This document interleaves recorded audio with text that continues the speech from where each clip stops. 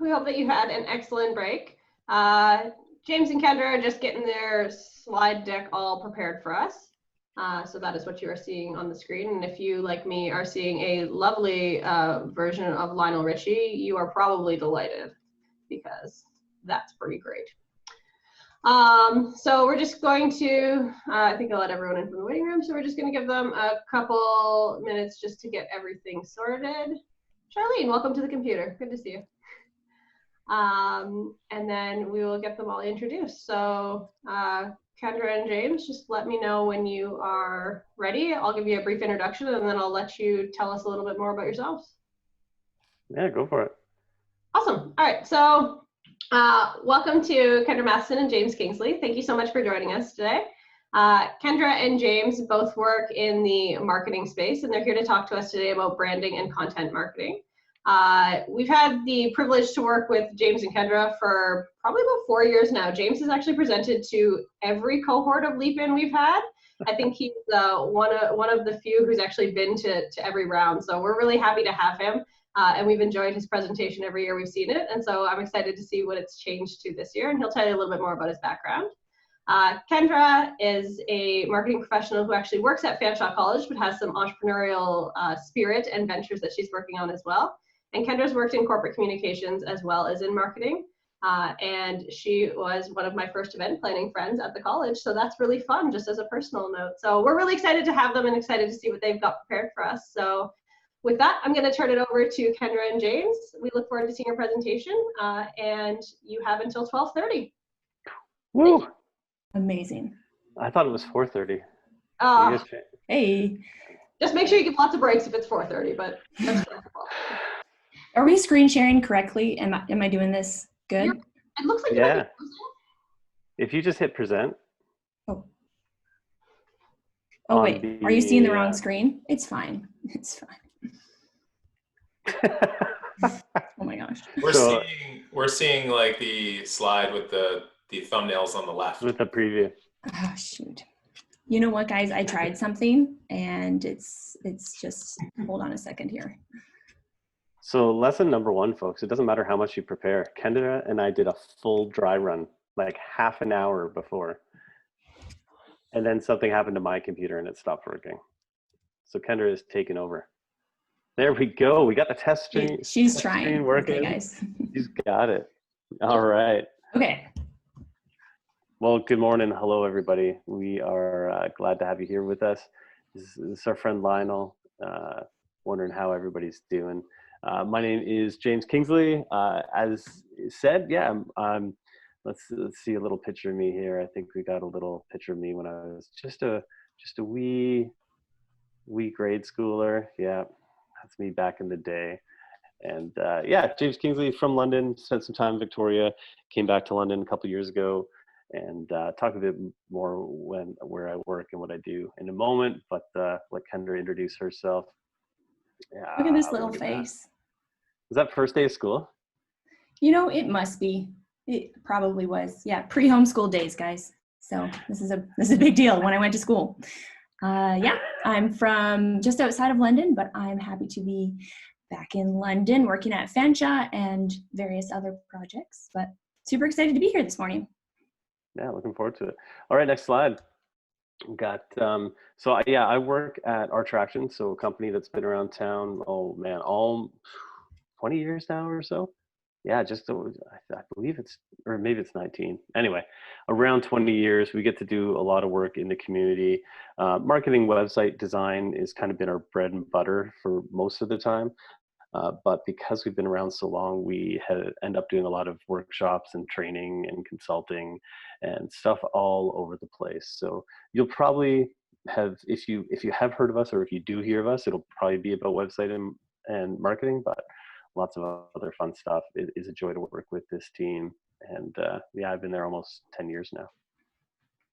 And then also on the side, kind of in the evening, I think you can skip forward there, I get to do a lot of work freelancing, mainly logos, branding, some graphic design, get into a bit of fun with this Keep London Boring thing. If anybody has seen those around town, that's a bit of my handiwork. Cool. And Kendra? Yeah, so I work at Fanshot in reputation and brand management, or what we like to call RBM, because we're just that creative. And so that RBM is made up of marketing, corporate communications, and recruitment. So I have worked on the corporate comms side in event management, as Kelsey mentioned, which was very much so much fun. And for the last couple of years, I've been working in marketing as a marketing officer, I guess, so kind of like an account manager for lots of different products and different sides of the college. So that's been super fun. And then on the side, I have this, I feel like I'm glowing now from my screen, which is giant in front of me. But my other love is Poster, which is a little business that I started with a friend back in May of 2019. When we realized that it's been quite difficult for event managers to get the word out about local events in London and a few more other grassroots things. Posters are kind of OG, they're a little bit old school, and no one, as it turns out, wants to post posters. So we decided that's something we could do for events and for the community, is to literally put up posters around town. So we've had a lot of fun with it the last year. We worked with lots of different events, had some success in the first year, and we're just kind of waiting for events to kick back off again so we can get back to posting posters as it is. I was going to say, when it comes time for that again, what would that memorable tagline be that people can remember? We like to say, poster will post your poster. Hey? Huh? So good. So good. Like everybody Anyway. loves it, right? It writes itself, huh? It just writes itself. You totally know, it does. really does. Sweet. Oh, man. And so Kendra and I have also had, some fun working together. So we are both involved with a project in town called Good City. Good City Co., which is at goodcity.ca if you jump forward there. Basically, it's a bit of a shared portfolio for Kendra and I and two other friends, Kevin Van Leerup, who's been around Fanshawe for a while, and Steve McDowell, for us to kind of, anything that's city-based kind of has to do with, community or placemaking, urbanism, that kind of stuff. The four of us kind of had a bunch of these things that didn't really fit in our other portfolios as well. So we've kind of come together and we do a lot for there. So one thing that Kendra and I work on, if you go to the next slide, is the Localist. So this has been going on, oh man, almost 3 years now. We just hit 100 issues. So it is a weekly newsletter delivered straight to your inbox, email, old school. We dig it. We keep it nice and personal like that, on just random stuff about London. Like we did a list on non-standard indoor athletics. We did a list on other lists, places that we don't visit enough. It's been a lot of fun. Right now we're taking a pause for the summer and then coming back in the fall. We just started introducing an interview series, and that has gone quite well. So we're going to kind of switch over to interviews for a while. So the local.ist, if you're interested, and that'll be kicking up soon. One little fun fact about it is we have buried a Giphy of Ryan Gosling in every single of the 100 issues. And there's maybe, out of the 500 or so subscribers, maybe like 7 people have noticed, but they are there. So if you comb through the archives, you'll be able to find one. So yeah, I thought we would kind of get today kicked off, a little bit of an icebreaker. Everybody likes a test, right? So let's get testing. So got a couple slides here, looking for the artist's name and work to be even better. Did anybody celebrate World Emoji Day? I think it was yesterday. No, Saturday, 17th. Anybody? How does Probably one not. celebrate that? Well, like this. Let's go. Let's get rolling. Okay. Okay. If I don't know, do we have everyone muted, or people can just shout? They can unmute themselves and shout if they know, as soon as they know it. So we're looking for the artist name and artwork's title if you know it. So hit it up, Kendra. All right then.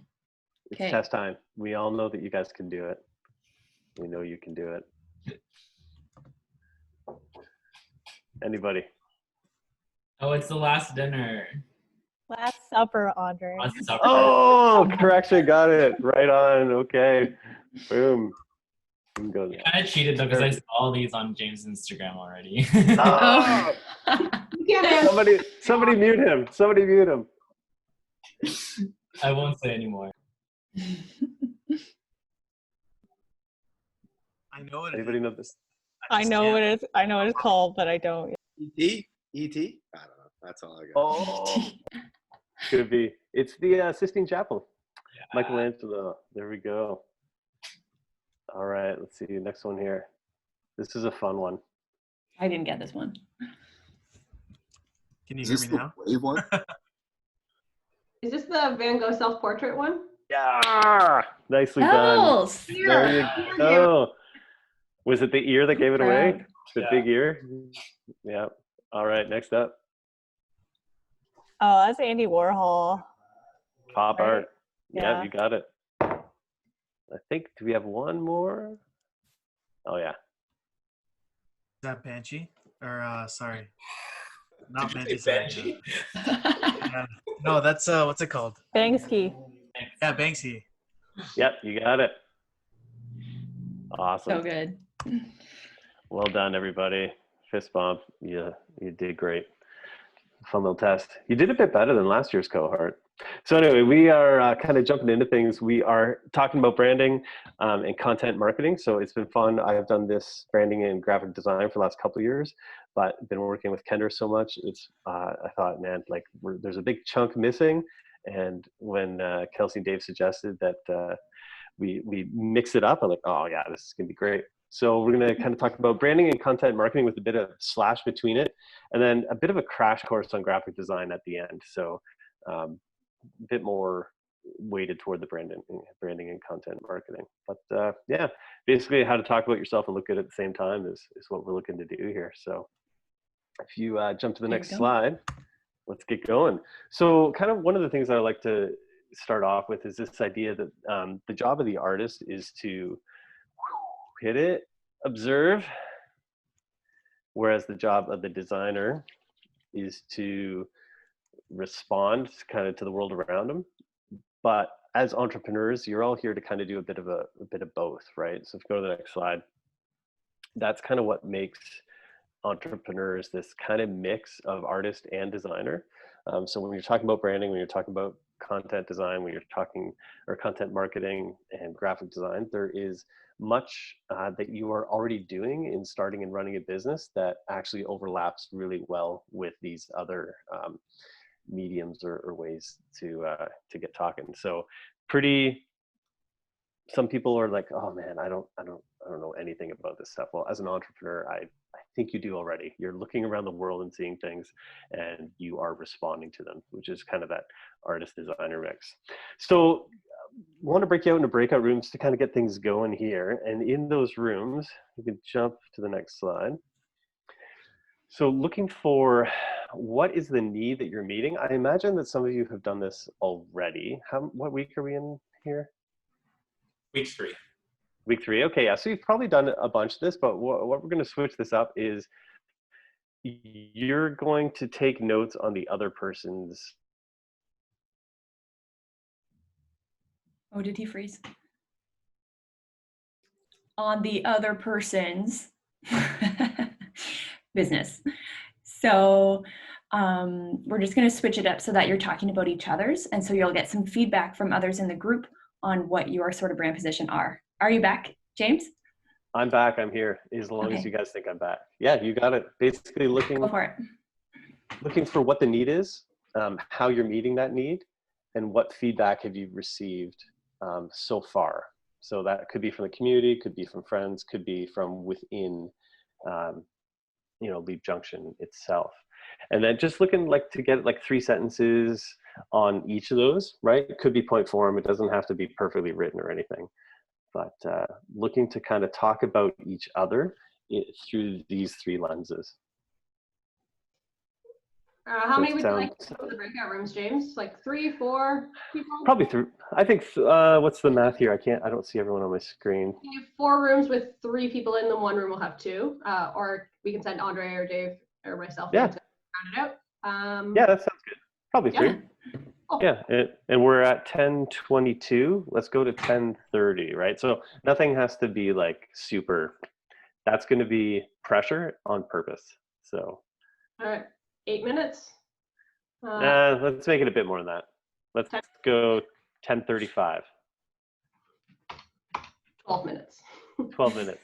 That gives you 4 minutes each. All right. Do you want to really quickly remind them what they're doing before I send them? Yep, and then I'll post it in the chat as well. Perfect. So Andre basically, and Dave, would you like to join the breakout rooms? Yeah, whatever. Yeah, sure. Like I can just listen if you want. Awesome. so basically what you're looking to do is you're looking to talk about the other people in your group and their businesses, and you're going to be answering what's the need that they're meeting and how are they meeting it and what kind of feedback they've had so far. So being 3 weeks in, you might not know number 3 as well, and number 1 and 2 you might be a little iffy on. That's okay. The person who owns the business is allowed to talk about it as well. This isn't like a hard and fast, but really what we're looking to do is to see how others have already started to ingest and settle on how you've been positioning yourself. Does that make sense? Cool. All right, Great. we'll go for it. We'll see you at 10:35. All right. Go ahead.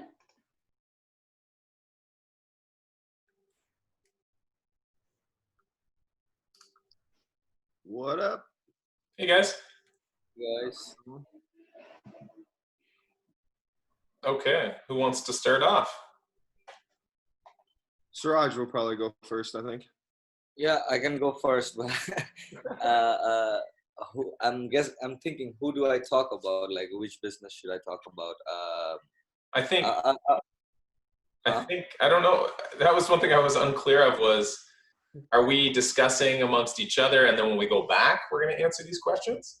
Yeah, like I think what he said that, like, let's say I talk about Tyler's business, Tyler Yeah. talks about Shalin, Shalin talks about you, you talk about me, something like that. Yeah, okay. Let's hear everyone's value proposition first, just to get an idea. I think I already know, but when I'm presenting for someone else, I want it to look nice. Sounds good, brother. I'll go first. Yeah. So good day, everyone. My name's Tyler French, owner of Celebration Event Facility and Museum, which is an Indigenous-owned sole proprietorship operated on Chippewa-Thames First Nation. Celebration is located conveniently minutes off the 401 and 402 highways, just 30 minutes west of London, Ontario. Our mission is to open a tourist destination Indigenous artifact museum focusing on the history of North American Indigenous people. To obtain this goal, we will be offering outdoor events such as weddings at an affordable price point. Come celebrate with us. Very nice. So what's your need? What would you say is your top need then, Tyler? Yes. Affordable weddings, not making it like $20,000 to go celebrate outside. Okay, so affordable wedding destination. Yeah. And how are you going about solving this need? I'm trying to educate people on the tax rights of an Indigenous owned and operated business where we don't have to pay the government tax, we don't have to pay business tax. So all those overages will keep my price point down because I don't have to pay the good man any more money. Gotcha. And what's the feedback you've gotten so far? Good, except the only negative part is I need to get apparently more trees planted and resurrect a billboard because one of the feedbacks I've gotten is it doesn't exist yet when I'm trying to, I guess, find that right avenue to show brides instead of paying $10,000, $20,000 for something that already exists. You can almost customize and pick what feature you want in your wedding at a price point. So it's like trying to explain that, just trying to explain I could just build an arbor and build a water feature, but why don't I have like a select few? And that's what I'm trying to figure out is, do I make some like an exclusivity for like the first 10 brides that gets to pick a certain feature or an element that I will personally build for them on the property. So I'm trying to find that avenue. Customization, I guess. Okay. Excellent. Anybody other comments? No, I think it was really good. Answers all the questions. Yeah. Thanks, Tyler. One question for Tyler. Tyler, what kind of trees are you trying to plant? Like, I know I'm going to talk to you about this a little later because it's going to take some time. But yeah, I'm really interested in planting trees as well. So Yeah. I'll talk to it about you also later as well. For sure, brother. Yep. I had some notes for you, Suraj. I talked to a former leaper of ours that works for an environmental protection agency. Yes. You had asked if there was any other organizations that you could be involved with. So I've got a few here on my paper here. Awesome. Thank you, Dave. Yeah, you're welcome. Perfect. Let's go move on to Charlene then. Okay, so do you want me to say my my value prop, or do you want me to just say the need and how I'm meeting it and the feedback? Because we only have 7 minutes left. Yeah, so. let's just take that. Yeah. Okay. So the need is that there's hundreds of thousands of people out there that want to be models and want to be actresses, but don't know how to enter the entertainment business. They have no idea what to do. And there's all kinds of scams out there. So how I'm meeting it is an online platform. And this is about marketing. Should I talk about like how I'm meeting it through marketing, or just how I'm meeting it through the business? Just how you're meeting it through the business, I think. Okay, so it's an online platform that teaches everything you need to know, from how to enter to posing to taking 27 years of knowledge into of the business. And then the feedback that I've been getting has been really great on how I plan on implementing everything.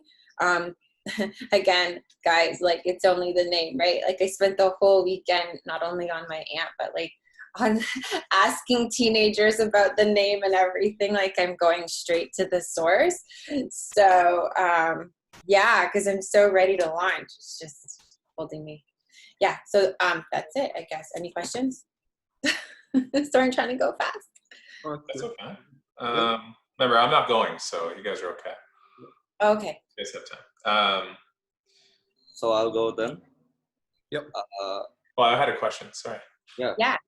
On your how, are you sourcing other expert knowledge besides your own at all, Charlene? Like, Yes, are you anybody else? Yeah. Yes. I'm working with other models, acting agencies, talent agencies, modeling agencies. I'm just using all of my contacts basically, and I'm creating videos with them or podcasts. Excellent. Awesome. Yeah. Thank you. Okay, so I'll go. The need would be to find an affordable and accessible place where people can file their income taxes from wherever they can, wherever possible, through our online platform. Makes it much more easier than you go wait in line, waste all of your day thinking about your taxes. Whereas here you are in control. It's your financials and you should be the one in control. How we are meeting this is through our online platform, and also through our different marketing schemes, not schemes per se, like different Strategies? Strategies, yes, that's what I was All of a sudden, I just had an image of a multi-level marketing plan here, nice pyramid shape. So are you trying to recruit all of us right now underneath you?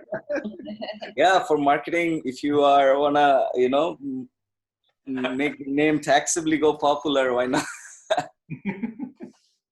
Sorry, continue, Suraj. No, but yeah, so through our platform, we are able to talk with people who don't have to meet us online, who can get expert advice from people. We also partner with another certified tax preparer, and what does he do? I think he's an investment trader, so he gets money from other people and invests them like a professional trader. He also has a lot of knowledge about income taxes, so we have partnered with him as well if we need like any kind of expert advice, maybe which I have not a lot of experience about. And Feedback, most of our clients this year were students and new immigrant families who have come to Canada recently. And all their feedbacks was that it was really easy and to navigate through the platform. At the same time, because they were filing their taxes for the first time, they had a lot of questions, and those questions were answered properly through either through platform or by when they called us or anything like that. So yeah, That's good feedback. yeah. It was on Google. We posted it, I think, as well as our. Excellent. Perfect. So Siraj, real quick, when you're talking about your buddy, or that you just taught, that you mentioned has a few years under his belt, Yes. just fill that in with, you have a great mentor. Yes. Like, so just use that, because then everyone will get what he's bringing to the table, right? Because he's helping you out, but he's also, it sums up what he's trying to do is he's trying to guide you in the right path, right? Like you have somebody showing you the right way. So that just sums up, because you're struggling for a few words. I just wanted to help you out there with just something simple like that. But great, that was good. Suraj, how paperless are you? Like, do you still have to, like, everything you send off for your clients? Yeah, like if you are not a first-time filer in Canada, or you are a non-resident, like if you are a resident of Canada, if you have filed a return before, yours will be entirely paperless. Okay. Nice. Gotcha. Thanks, That's, Tyler. that's something you didn't mention in your need. Yeah, well, paperless, there's a lot of things we were like talking about, like, do people really care about paperless? You know, something like maybe there's an environmental factor, but when it comes to financials, do they really care about the financial part of it? They just want their work to be done, numbers to be right, more than. Remember when we went through jobs to be done last week, and we had like social, emotional, functional, things like that. So I think you're right. I think that paperless, environmental factors, a little lower down the list, but there may be a portion of your clientele where that might tick a box for them. Like that is just kind of an extra, you know what? Yeah, I'll go with this guy. Yeah. You know, so yeah, I mean, it's something that gets overlooked, where basically it's like, you'd think everyone has to, like, it's needed or required now, everyone going paperless, right? But it's something small that would get overlooked. When I hate getting bills in the mail, I literally walk them and I go to the fire pit and I burn them just so no one has my information, right? Because I'm just worried about throwing them out. So it's totally a good point. Yeah.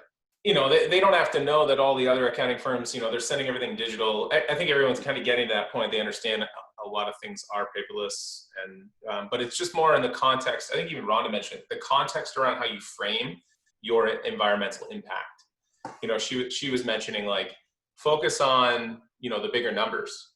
How many people are still filing paper taxes in this day and age in Canada? You know, it's a large number, and you're doing your part to reduce those numbers, you know, and help with that impact. It's just, I think it is that kind of social side of your business. The paperless thing, I also found that it's also easier. Excuse me for the noise. There's someone cutting the grass outside. That's okay. I'll tell you that later. We're going back to the room. No problem. Good discussion, guys. Yeah. All right, James and Kendra, looks like they are all back. Over Yeah. here.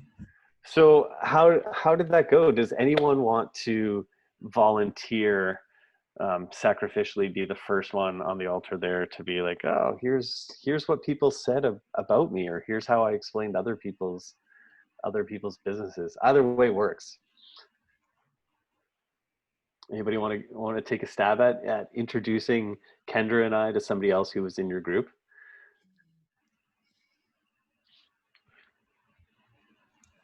Okay, I'll just. Oh, sorry. I want to get this out of my way. Go ahead. So I'm supposed to talk about the other person's business? Yeah. Introduce somebody else who was in your group. Sure. I am very honored that had Callie with me, and I always admire like something handmade and unique. So she does handmade lamb And I think that's fabulous. Although I don't know much about the final product, the process and everything, but just by looking at it, it's not like an ordinary piece of lamp that shines lights, but it's a piece of art that you can integrate part of your home decor as well as showing your personality. And I think what really touching the neat part is the buyer showing it off as unique piece of furniture that show the personality and their taste and one of a kind. And I think that's the biggest part rather than just the product's functionality. Feedback she got from seeing client that using that at their house.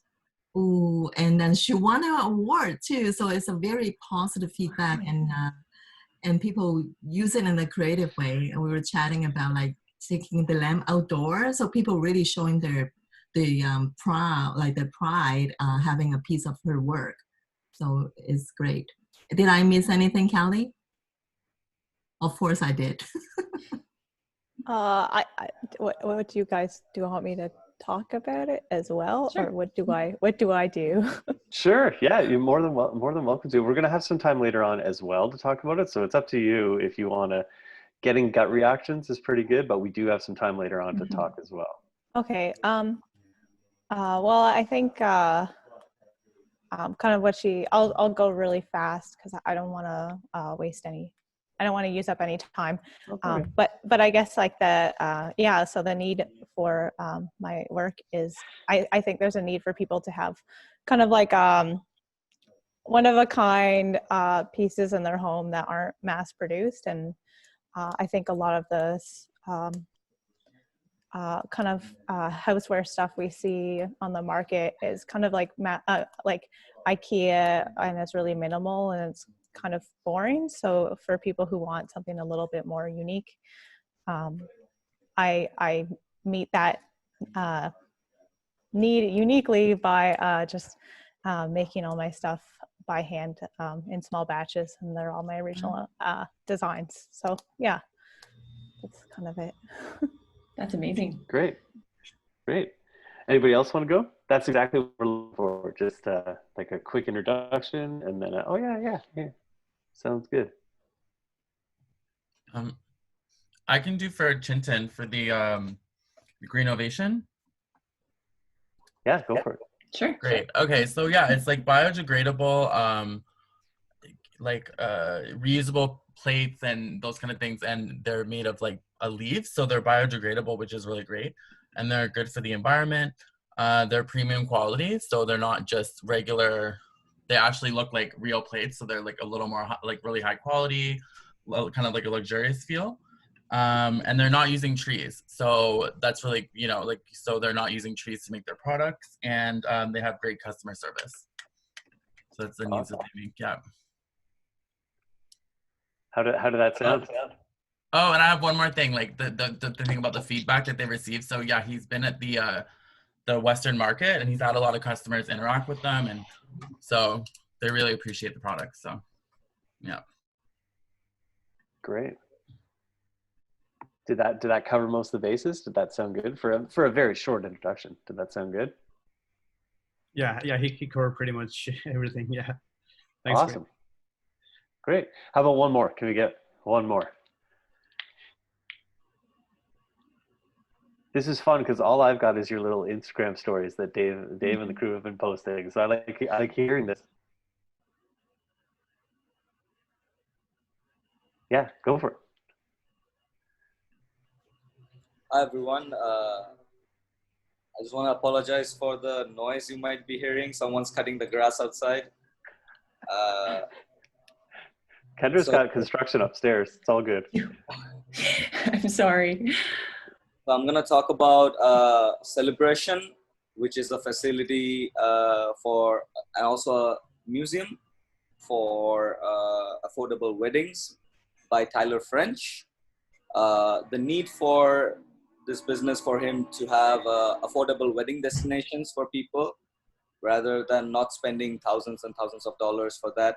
And Tyler educates, how does that? Tyler tries to educate people on the different tax rates for indigenous people, as because this facility is in the reserve areas. Feedback from Tyler has been really good since he really focuses on customization of each wedding. So he loves the feedbacks from the people so that he can take those ideas and create customized weddings for them at a much more affordable rate, which is great. Great. Tyler, how did that sound? Sounded great, Siraj. Great job, buddy. Nice. Awesome. Cool. Right on, everybody. So we'll take some notes if you didn't take some notes already about what other people say, because we're going to come back and talk a bit more about this. But what we're going to kind of head into now is a little bit about, in particular, branding, and we're tacking content marketing like onto it, because I think it's really important that how we talk about ourselves is very similar to establishing our brand. So with that said, Socrates famously said, know thyself. One of the first things that you want to do when you are branding yourself is be yourself, right? It is very easy to pretend you're something that you're not. And in this world that is very, very connected, and it's very easy for people to talk about you, you definitely don't want to be pretending that you are something that you are not. That really quickly leads to this kind of situation where people throw you a bit of a double take, and it won't do you well in the long run. So when we talk about a brand in particular, I like to define a brand kind of with a mix of David Ogilvy and Terry O'Reilly. So Ogilvy talks about a brand being the intangible sum of a product's attributes, its name, packaging, and price, its history, its reputation, and the way it's advertised. So, kind of starting to define branding back in the Mad Men era, back in the early 50s. This is kind of, this whole idea of a brand being this great collection of kind of everything you do, everything you say. Terry O'Reilly talks about it as, the opinion of others about you. So I like kind of pulling those two definitions together and looking at branding as this combination of what world and how the world hears us. So it's very much like a two-way dance. Another way of saying that, it's what we promise and then how we actually deliver. Another way of putting that is, the expectations we set versus the expectations that we meet. All these things kind of come together. It's always a play between what you're saying and what you're doing, how you define yourself and how others define you. It's really back and forth. A brand isn't something that you can control as much as you can influence, right? So it's one of those things where a brand is earned. A brand is something that is created, intended by you, but it really is, it grows and it flourishes in conjunction with others, right? So when you are talking about branding, you can never do that without the reality of what is happening, affecting it, right? So know yourself, be yourself, and kind of keep this dance idea in mind. And that leads into a bit into kind of how we talk about content marketing. I'll pass it over to Kendra here. Yeah, so when we're talking about a brand and the essence of how your business is positioned within the world that, or the market that you are in, we start talking about some marketing things. So if you're trying to do like a brand awareness campaign, which is something that you'll probably do to begin with your businesses, is just try to sort of say, okay, so this is what our brand has become right now in this moment, and how are we going to communicate that to the larger context? It's helpful to actually just literally narrow that down, and we'll talk that through a little bit later with James in some copywriting situations. But something that I've always found helpful in communicating my brand, specifically with Fanshawe actually, is to figure out what are some like top points of what makes your brand stand out from the rest of everyone. So what makes it totally unique to you? And if we're talking about Fanshawe, let's all be real. there are many colleges in Southwestern Ontario.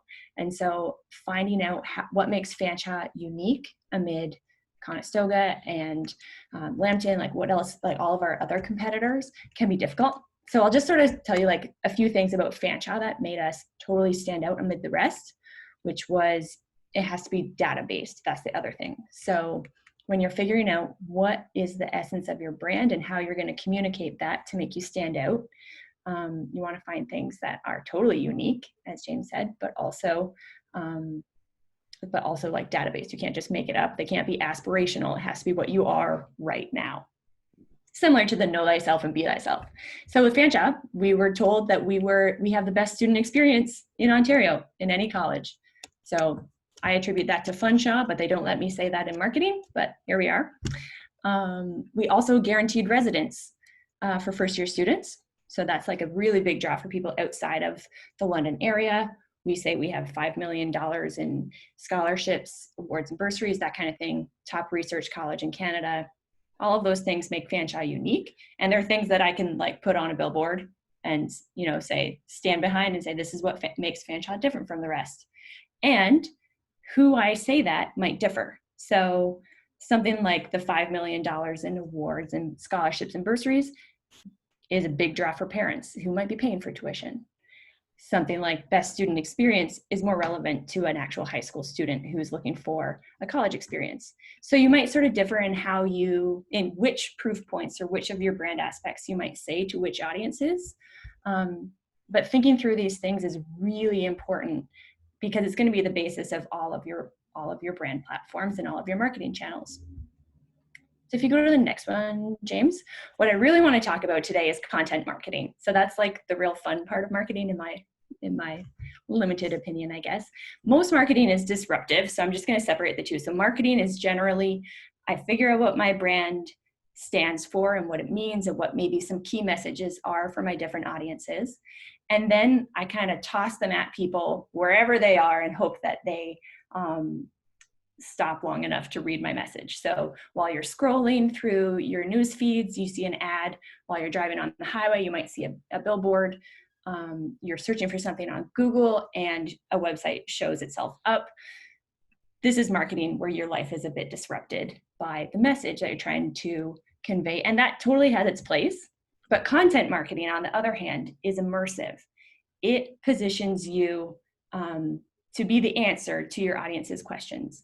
So it's all about finding where your audience already is and then being a part of that conversation. So maybe your audience is really into environmentally friendly situations, sustainable stuff. You meet them where that conversation is and you provide content for them where your product is kind of the answer. So that's kind of like a high level view of content marketing, but maybe I'll read you, is the definition next? So the biggest part of content marketing is knowing exactly where your audience is talking. So what kind of conversations are happening around your product or service? So that comes into like, what kind of feedback have you received? That was one of the questions in the earlier breakout situation. And it's kind of just listening to where your customers are. Are they on social media with you? Are they commenting, engaging you there? Are they on YouTube primarily? Like, where is your audience? And then sort of like, what kind of conversations are they having around your product? The cool thing is that you are the expert. Like, you're here as entrepreneurs, which says you have such skin in the game. So you probably know the answer to a lot of these things already. The next step is just being part of the conversation. So starting to engage as your brand in some of these conversations. And you're the expert, so you can just start where you are. So a little example is with Poster, something that we are hopefully going to be working with James on later in the summer or the fall, is a little bit more conversation on social media. This is a little plug for James, just like right now, just like a little reminder. But we want to do some social media posts later in the, thank you, good one. Later in the summer about poster culture and what makes a good poster, a few more design techniques around it to sort of help some of our event coordinators and event managers, brands that we're working with already, figure out like how to get into the game a little bit more so that we're not just talking about, you know, please hire us for your your poster needs or whatever. We're actually talking about posters with them and getting them information they actually want. So another resource that I like to use online in trying to figure out where the conversation is and what's happening is answerthepublic.com. And we'll share these slides with you afterward. But if anybody has been on answerthepublic.com, it's a great resource. What you do is you put in like your topic or something that you think audiences might want to hear about. You could even just say posters. And it generates, based on search results, like hundreds of different questions that people are asking about that certain topic. So this one is like why posters are used, which university posters, there's like hundreds of different questions that you can look at online. And then you can sort of start figuring out different ways to talk about that wherever your audience is found. So maybe they are blog readers. So maybe you should start a blog. And these are some of the answers that you could kind of provide. So something that I did with Fanshawe was, so I manage our degree products, all the marketing for the degree programs.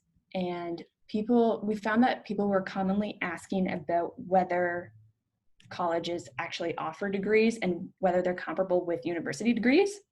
So I started making a couple videos with some students around just answering that question. What makes a college degree stand out in the crowd? Why would you maybe choose a college degree over a university degree? What are the benefits? And then I repurposed that content into a blog post. So now if someone were to search online for what the heck is going on with college degrees, our articles might actually come up. And we position ourselves as the experts. And then you can take it one step further and they might actually be interested in our product and sort of say, what kind of degrees does Fanshawe have? That kind of thing.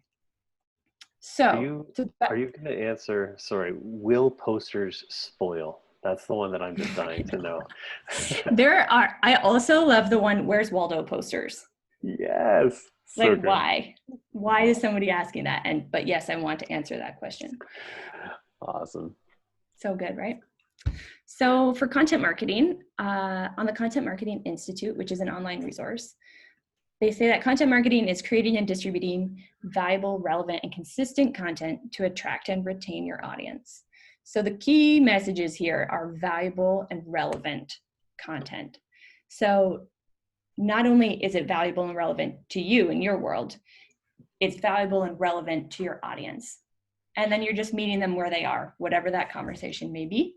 And the whole thing is that you're adding value to their lives. So you're not disrupting them with the message, in their ads on Instagram or whatever. You're actually answering a question that they're already asking and positioning yourself as the expert. So my number one reason for content marketing is, I didn't even write this. I think it's fun. It's a very cool opportunity to be creative and to sort of just engage in the conversation you're already having as your brand. But it's usually free. That's my real reason for doing it. You can just do a blog post, do YouTube content. At the most, you might put some dollars behind ads to boost some of those posts. But for the most part, it's free.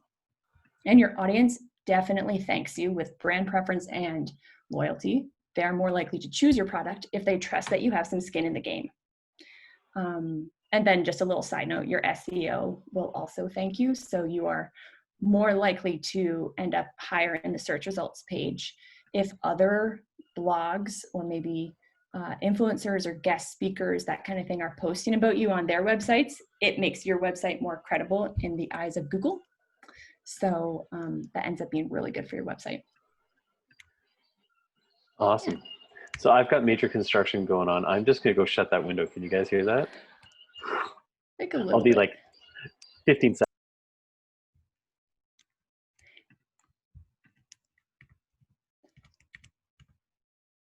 Great timing. Hey, Kendra, I have a quick question. Yeah, for sure. So your position at Fanshawe, do you deal with a specific division of branding and marketing, or is it just generally whatever they need you to do? A little bit of both. So we work it kind of like account management. So we divide the whole college up into, different categories. So we each have a different faculty. So I work with the Faculty of Creative Industries on the program side.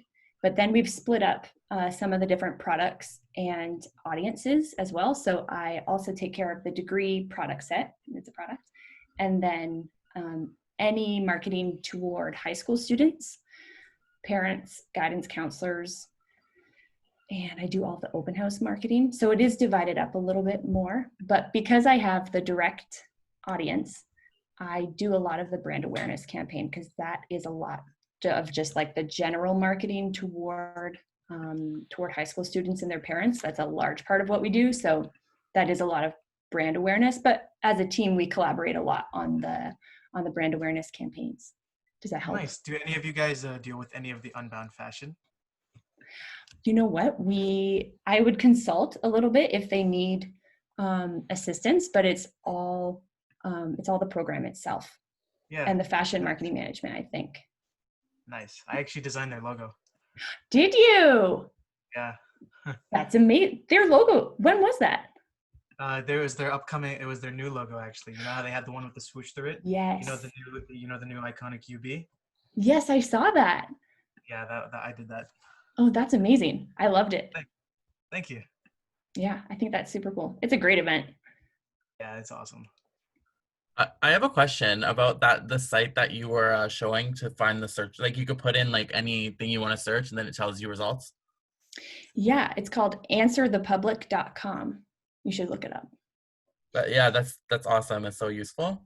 Super useful. And just like generating ideas. And then I use it often at Fanshawe as well, just to like generate conversation. And then I'll just ask people in the office, is this something you guys think people are talking about? Or I talk to our social media coordinator and say, hey, have you heard this? Or have you seen this at people asking this at any of the events? It can be really helpful. Nice. Yeah. Awesome. I would say that's one of the most challenging things these days about branding is that the dance has never been, it's not a bad thing, but it's definitely a challenging thing. The dance between like how you want to talk about yourself and where you want to talk about yourself, you actually know where people are talking about you and you actually know what they are saying. So if you're like, I just want to rock out Instagram, but like all the comments are on YouTube. And you're like ignoring that is at the peril of your brand. Back in the day when there wasn't as much choice, you just boom, here's my message, here's where I want to put it. So paying attention to where people are and really working hard to meet them where they're at is so key. It makes such a big difference. And we have the tools to know where that is. So Totally. Even our traction, we've been around for 20 years. And just last year, we did a bunch of work on like popular Google searches for the stuff that we do to change how we talk about ourselves. So we've been talking about ourselves for 20 years, but we're actually relying on Google searches to try and talk about ourselves in a way that more people understand a bit better. And some of it is just as easy as like looking at your social media comments and what are the top questions that you find yourself answering all the time? Maybe you need to get ahead of that and make a post all about one of those questions, or make a blog article about one of those questions, because people are already asking them. So 3 things to keep in mind. That does segue very nice into, these 3 ingredients of the best brands and their messaging. So simplicity, clarity, and honesty make a huge, huge difference. So we've talked about honesty quite a bit already. It's not that dishonesty is nefarious. I'm like, oh, if you're not honest, like we're assuming that you're evil people saying things that you don't do. But this idea that if you're promising more than you're actually delivering, it will be found out soon enough. So just be honest with where you are, talk about with what you're at. But this, this whole idea with simplicity, I mean, if you look at like 3 of the biggest brands, right, in the world, Starbucks, Coke, Apple, they all have extremely simple, clear, honest messaging. Starbucks, quality coffee just the way you like it. I put quality in quotes because, I mean, if there's some coffee drinkers in here, we know that it's better than this, but not as good as that, right? But this whole idea that Starbucks really turned the whole market on its head by making what you want the way you want it. You can give them an order of like 17 different ingredients, and they will make it that way for you. Coke's been around forever. They are everywhere, and they just refreshment. That's the thing. They are just offering refreshment everywhere. You go anywhere in the world, chances are it's easier to get a Coke than often it is to get bottled water, until they started buying and bottling the water. That's a different story for another day. Apple, this creative technology for everyone. They used to be, it just works. Back in the day, they positioned themselves against other their competitors, right? So they saw a need in the market that other people, other computer systems, Windows, etc., was not easy, and it didn't always work. So for a long time, they were, it just works. But lately, knowing, watching the competition start to work, they've been really like hammering down on just, this is creative technology for everyone. You will see as many ads from Apple featuring senior citizens as you will children, and that is very, very intentional on their part. So all of that, kind of adds up to this whole idea that, simplicity, clarity, and honesty over time will make a huge difference. When it comes to writing, this is one of the reasons it's important. Does anyone want to read this for me? My guess is no. Who wants to read this? This is so much, right? So there is a certain gallery. I'm going to read it so we can all hear what this sounds like. So the strength of Name Removed Gallery lies in its collection of art, especially Canadian art, and its accessibility to the public across the country. The collection opens the way for appreciation of the finest in artistic expression. The works of art reveal the past, celebrate the present, and probe the future. The collection must be expanded, preserved, interpreted, and used extensively by the public for pleasure and understanding, for research, and the advancement of knowledge. It feels like that's a lot more than two. They've made that technically 2 sentences. Ugh. Anyway, does anybody hear this while I'm talking? It is not the best copy, and it is too much copy. So one way that you can really get down to something simpler and clearer is to actually write a lot of copy and then start going through it and really just pulling out what makes it unique. So spent some time looking at this. Okay, Canadian art was a big thing. I look at each sentence. What is the point that they're trying to make? Well, first one, Canadian. Second, public. Third thing, past, present, future. Okay, that seems to make sense. All the rest is just adding some words to what they're saying. Could they not have just said, we are Canadian art for Canadians yesterday, today, tomorrow, right? It's snappy, it's quick, it's easy to remember. That other stuff might exist at cocktail parties or on an about page or somewhere, but no one's going to read it on Instagram. No one's going to read it over an ad. Barely anyone will actually read the full thing. Something shorter like this really makes a big difference. Shorter isn't always better, but it is always worth trying. So I would encourage anyone, when you're writing, to write what you want to say and then take out as much as you can. And then if you need to add back, that is definitely something that can be done. Party time, everyone loves reading less these days. So that leads us to a question.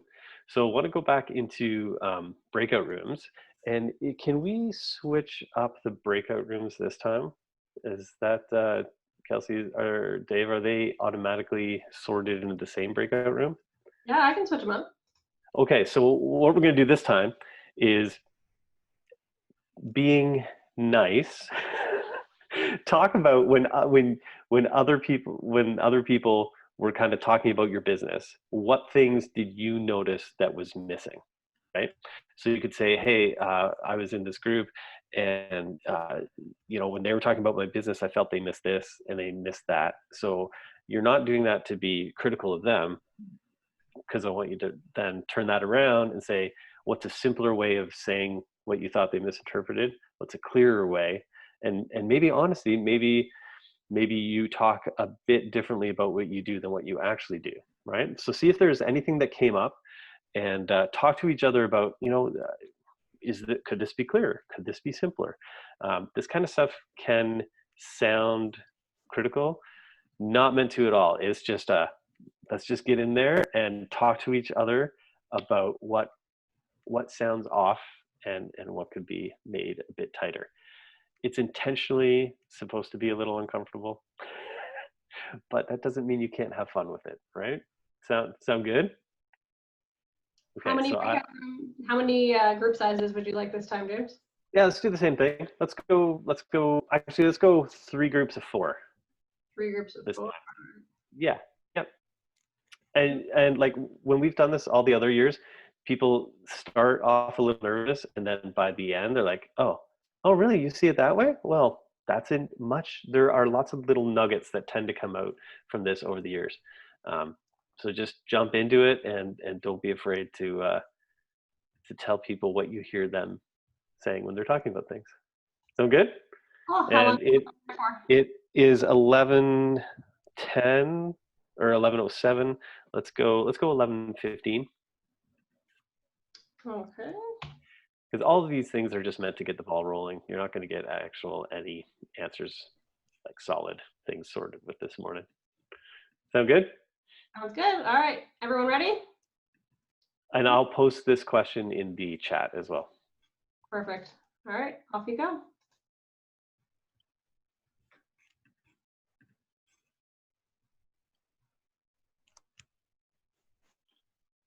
Okay. Who's here? I'm just trying to get into my chat. It should be just Dave and I, but Charlene is, oh, there she goes. Okay.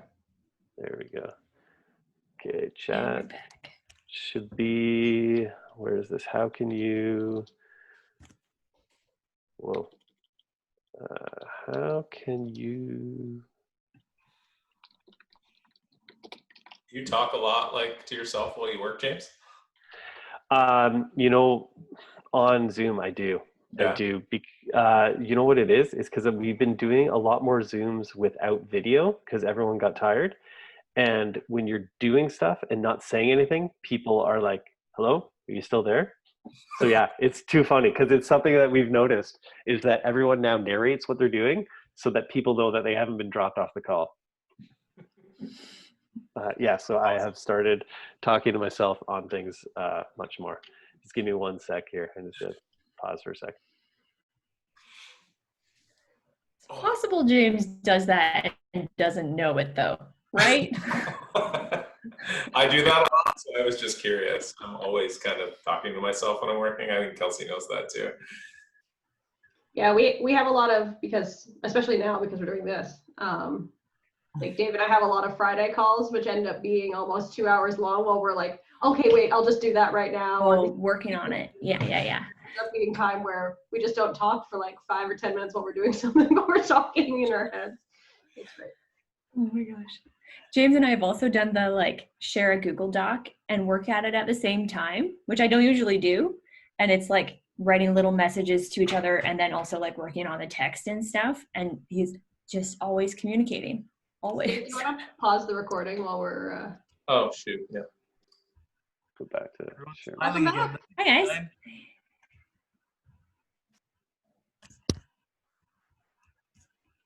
How'd we do? Yeah, I'm gonna go back to the questions. Anybody want to talk about how that was? So I should have mentioned, like, a lot of this stuff is we're just kind of trying to give you some tools to get more okay with asking for and receiving a bunch of feedback.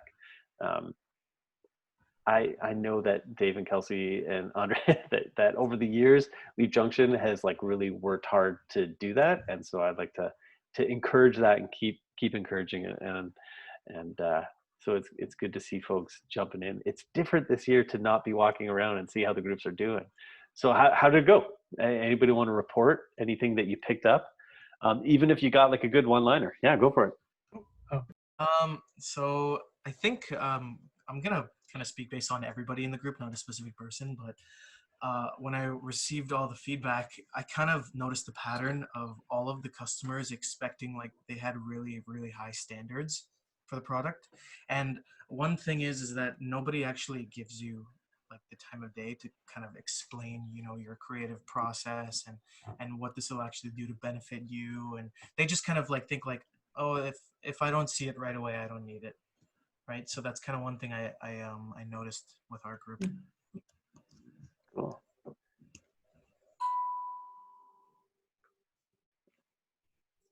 Anyone else? Could I say Kristen's one-liner? Yeah.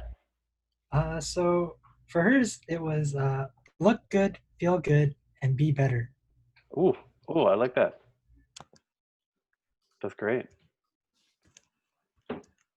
And threes, everything in threes works really well too. I do like that. Me too. Anybody else have some good lines or some good thoughts, some observation, anything that was really challenging or anything that was really exciting and inspiring? I think it is really true. Like we're listening among our group. I mean, within the three of us, I think I picked up the things like people don't really have time to listen to you. So you have to really catch them at the very beginning to show them what the product or the service really is. Mm-hmm. They'll be lost if you tell them too much. Mm-hmm. I like to think of it, and this isn't me, I'm forgetting who said it.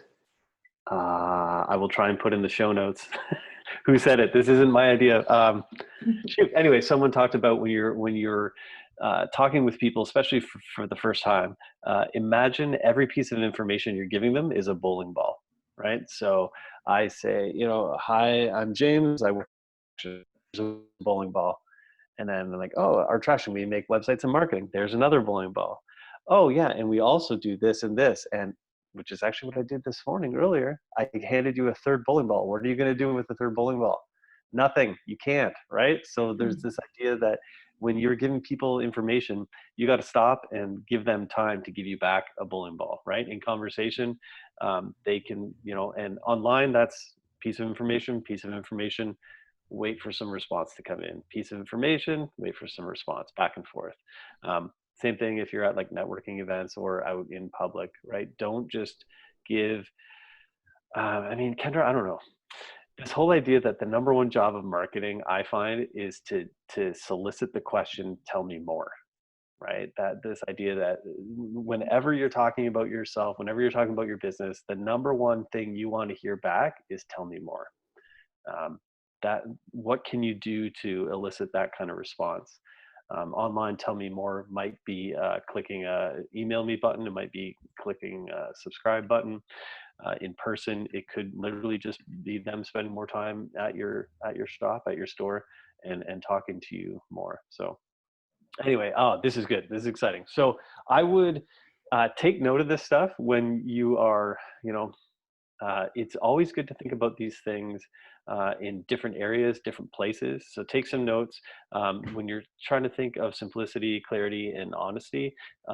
Even make a page in your notebook or on your phone or whatever for ways to talk about yourself simply, ways to talk about yourself clearly, and ways to talk about yourself honestly, and put them all in different places, and then bring them together every couple weeks and just kind of review them and see what happened. And like Kendra was saying, read the comments, read the responses, and try and get some of your answers from that. Mm-hmm. So we're going to talk a bit more about some content marketing in a sec, but just kind of wanted to do a quick review at this point. There's more than 4 rules to branding, but we don't have all day. So 4 ones to remember, big ones: know thyself. Take the time to learn what makes you unique. Be thyself. Make sure that in all you're doing, you are not being aspirational. You can do that privately, and you can do that with your vision and mission and stuff that people aren't seeing. But publicly, you want to actually be who you are. Deliver, right? You are providing a good or a service. And if you're just talking about your brand, if you are building a brand based on talk, eventually people are going to say, well, all you're doing is talking and there is nothing here. So make sure you're actually always delivering. And then keep it simple and stupid. One of the things that I like to mention as well, with all this talk about like getting things down to smaller, and a lot of this is for initial interactions. I'm not against, and there is definitely place for larger conversations. There is place for more nuanced conversation. There is place for writing more and talking more and learning more. None of this, this is all supposed to be like Kickstarter, getting the thing going, right? So down the road, you will have more opportunity to spend more time in long form, having longer conversations about your brand and what you're doing. But when you're kicking things off, when you're getting things started, you want to start to leave yourself room to grow. So keeping it simple and stupid in quotes, it's just not a nice thing to say. I wish there were a better word. You know, it's a good saying, keep it simple and stupid, right? It's got that the KISS acronym, whatever. I want to find a better word than stupid, because what we're not looking for is stupid. We're looking to actually respect people's time. So we know they don't have a lot of time. And like Kendra was saying, you want to give them something that actually answers the question they're looking for. In that sense, we're not trying to pretend we're anything more than we are, and we just want to give them the answer, right? So do that, and you're going to be making the coin, right? This is, I mean, there are many reasons to make a business, but a big part of it is being financially stable, right? So let's talk a bit more about content marketing and adding value. Yeah, so you guys already know your industries. You know, let's pretend you know a lot about the conversation that's happening around your product or service. But you probably do. If you're at this point, you know kind of what's happening at that point. And so now we're kind of looking for the application of that value. What sort of channels are people, where are you getting the comments? Where are you getting feedback? Or are there other things that are happening around the conversation that you can just join in wherever they are? So is it social media, blogs, videos, guest posts, webinars, games, brand and content tools? These are all just ideas of ways that you can sort of start getting into the conversation. Yeah, so when you've sort of found a few things to get started in, my best advice is to stay topical, first of all, which is if it's not something that relates to your product or service, if you can't find that one little tiny thread between the two, it's not going to benefit your brand to be part of that conversation. So look for things that are actually stay true to your brand promise, stay true to what you can actually deliver in the end, where your audience actually is, and then go from there. So that's number one. Number two is to be creative with it. So you've seen the content marketing has had a huge, it's pretty big right now. So you've seen probably a lot of content marketing and maybe just not known that that's what's happening. So one of the best ones I found online is Lush. Lush Cosmetics, you see them in the mall. I don't know if you know about them or not, but it's all about organic products and environmentally friendly cosmetic products. So something that they do these are shots from their Instagram page. They're just their Instagram posts. And if you look at their Instagram page as a whole, you'll see that they are involved in a lot of social justice conversations, which they have found is probably one of the key passions and things that are most important to their target audiences. So once they figured out that that's what conversation people want to be a part of, they became the main pushers of that conversation on their social media. And they've got great engagement on their page. So these three examples show a little bit of the differences. One of them is, or two of them, I guess, are about either a social justice issue in the first one, and the third one, an environmental issue. But in this, right in the middle there, they have something about their product. So it's not that their Instagram page is all about their different products, which are very visually appealing and all these things, but they're just drawing together the whole circle of the conversation. So when I say stay topical, you can have some different subplots in there. It's not all talking about just one thing, but you always want to be able to tie it back to your brand. So I give them a scroll through maybe sometime later. They've done a great job at getting creative on their Instagram. And then a shameless plug is for Poster. An example of some content marketing I think that we've done, which is staying true to Poster's brand, is a little collab with the James Kingsley and on the Localist. So for the 100th issue of the Localist, we did something that they've done a little bit differently in the past, but we thought of a new way to do it, which is 100 ways to spend summer in London. And so James designed some posters for us to put up around the city that inspire Londoners to get out and sort of do what they can during COVID to enjoy the city and just live it up in London this summer. So we're going to be putting out the posters this week sometime. So you'll see it on Instagram soon and stuff, which is so fun. But it was one way that we can engage with people where they are and just kind of inspire them to live live well in the city during the summer, and then has a little bit of a product placement for the localist, for Good City actually, and for the poster within that. So it's just a different way to meet people where they are, whether they're walking on some of the trails in London or downtown. They'll see our posters out there and hopefully get some engagement on that. So again, it's just thinking creatively about where to get your brand out there without interrupting someone's life with a message. It's more about adding some creativity and content to the conversation that's already happening. Yeah, and that list went out previously as an email to subscribers as well. So they're going to be seeing that message digitally, and then they're going to be seeing it physically, hopefully. So yeah, that should be fun. And I mean, on that note too, the local list itself is content marketing. So if you think of an email newsletter, James did an awesome job of creating the brand and staying true to that within the message of each email newsletter, but the product is the content marketing itself as an email newsletter. So there's a little bit of an inception situation going on there. But yeah, these are just ways to get you thinking creatively about how to start talking about your brand in different channels. Yeah. So instead of going into breakout room, I thought with this question we could, just start throwing out some of the conversations around some of your businesses. And you've known each other a couple of weeks now too. Maybe there is a conversation that you've been sitting in on that you think, oh, well, I mean, you'd be a total natural fit in there, or your product will work right here. And then what sort of value you can see each other bringing to it. So you can have this conversation about your actual business and conversations that you think would fit, but also if you like, feel free to talk about other people in your cohort and kind of say, hey, what about this? What about that?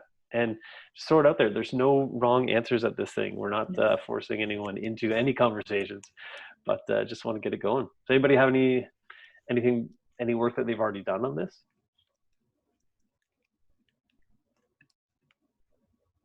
They're thinking.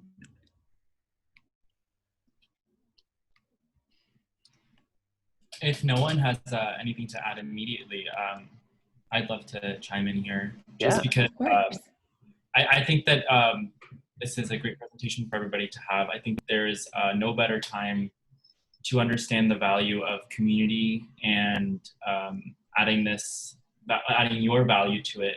All of the most successful businesses I've seen in our city have been big community leaders. They have invested a lot of time in understanding London as an audience, understanding London as people, as individual people, and then really like showing up when it comes to participating as community members as well, like as businesses. And so I think that's something everyone can learn from a lot, especially this presentation is great for that. It reminds you that this transaction between you and your community it should go beyond that transaction. You are also part of that community. So it's not just about making money and selling something, it's about adding to it and helping building it and whatever you want it to look like. So your futures are intertwined, right? It's very subtle but intentional that we had the making money followed directly by adding value. If you notice in the presentation that these two are intrinsically linked, and if you are looking to get from your community, you have to give to it. It's very reciprocal, and especially this whole idea of corporate social responsibility and taking part in the community that you want to. I mean, it does wonders when we're all working together for these things, and adding value is people see it, people feel it. It's a great thing. Yeah, absolutely. Does anybody have any? I'm trying to think of some conversations that. There's a really good book. I don't know, a couple of good books that come to mind on this topic. One is The Thank You Economy. Read that. That's really what it is about in your business, about driving your value is not about what you sell, but what is it that you can do for your community. That's kind of the whole premise. It's a short read. It's actually by Gary Vaynerchuk. It's really old. It's probably like 12 years old. It's a good book. Yeah. And then The Purpose Economy touches on a lot of this about halfway through, which is really interesting. More about driving leading with your purpose, finding your tribe, and then having a conversation that is around value that is more than what you just, more than what you sell, more about what you do. Mm-hmm. Gary Vaynerchuk is a master at this. Like, he is like the content marketer. 100%. If anybody wants to look him up, he's like, he's done wonders for himself, I think. Yeah, I think his brand speaks for itself. Yeah. Yeah. I think the nice part about this is that it gives you the opportunity to make your business a bit personal. So I love that Lush example, because they said, yeah, we're in the business of selling, soaps, bath products, self-care products, or whatever it is, but we don't just do that. We also care about these issues, and so we will make it integral part of our business that this is also what takes precedent. And I think it makes your business feel more authentic. It makes people respond to your honesty. And so when you talk about these questions, what is the conversation? How can you add value to it? It also makes you question, what is the conversation you want to be involved in? There's many conversations already happening. Which one do you want to enter, or do you want to start a new one? Right. And when it comes to us talking about being honest and being who you are, Lush has a very long history of being personal. And very personal. They, on most of their containers, they have an illustration of the person who packed it, or like it's not always the same illustration, the same person, or it's not always the person who packaged it or whatever, but here's what I'm trying to say. On their packaging, they have featured people from their organization over the years. So they have built up this honesty that we care about people. We are selling products, but we are selling products because we care about people. And that has allowed them to now work into a bit more of a political role and dealing on larger issues because we know that they actually do care about people at heart. So that's Lush is a great example at a lot of levels of marketing that actually matters. They remind me a lot of, I'm always looking for brands personally that are what I like to call heart forward, that seem to have caring as a lot of the content that they produce. And just remember that when I'm looking for brands, I am looking for content. Like, I'm looking for the larger conversations that they're a part of. And that's just the world that we live in now. I think that's just how advertising has evolved a little bit. I think, I don't know if any whiskey drinkers are here, but Jameson is a great example of that with a lot of their video content that they do. Actually, if you just look at their YouTube page, they do the Jameson Short Shift series, which is all about telling the stories of their employees and the people involved in the business. It's really cool, actually. Great. So another thing, some of these stories, I'm just trying to think of a good place to test it. Yeah, we'll wait. I don't want to steal your thunder, Kendra. Sorry, locking it up there. Okay, so let's go. Let's kind of keep rolling here. So, kind of four things to remember when you are talking about branding. This whole idea that consistency matters.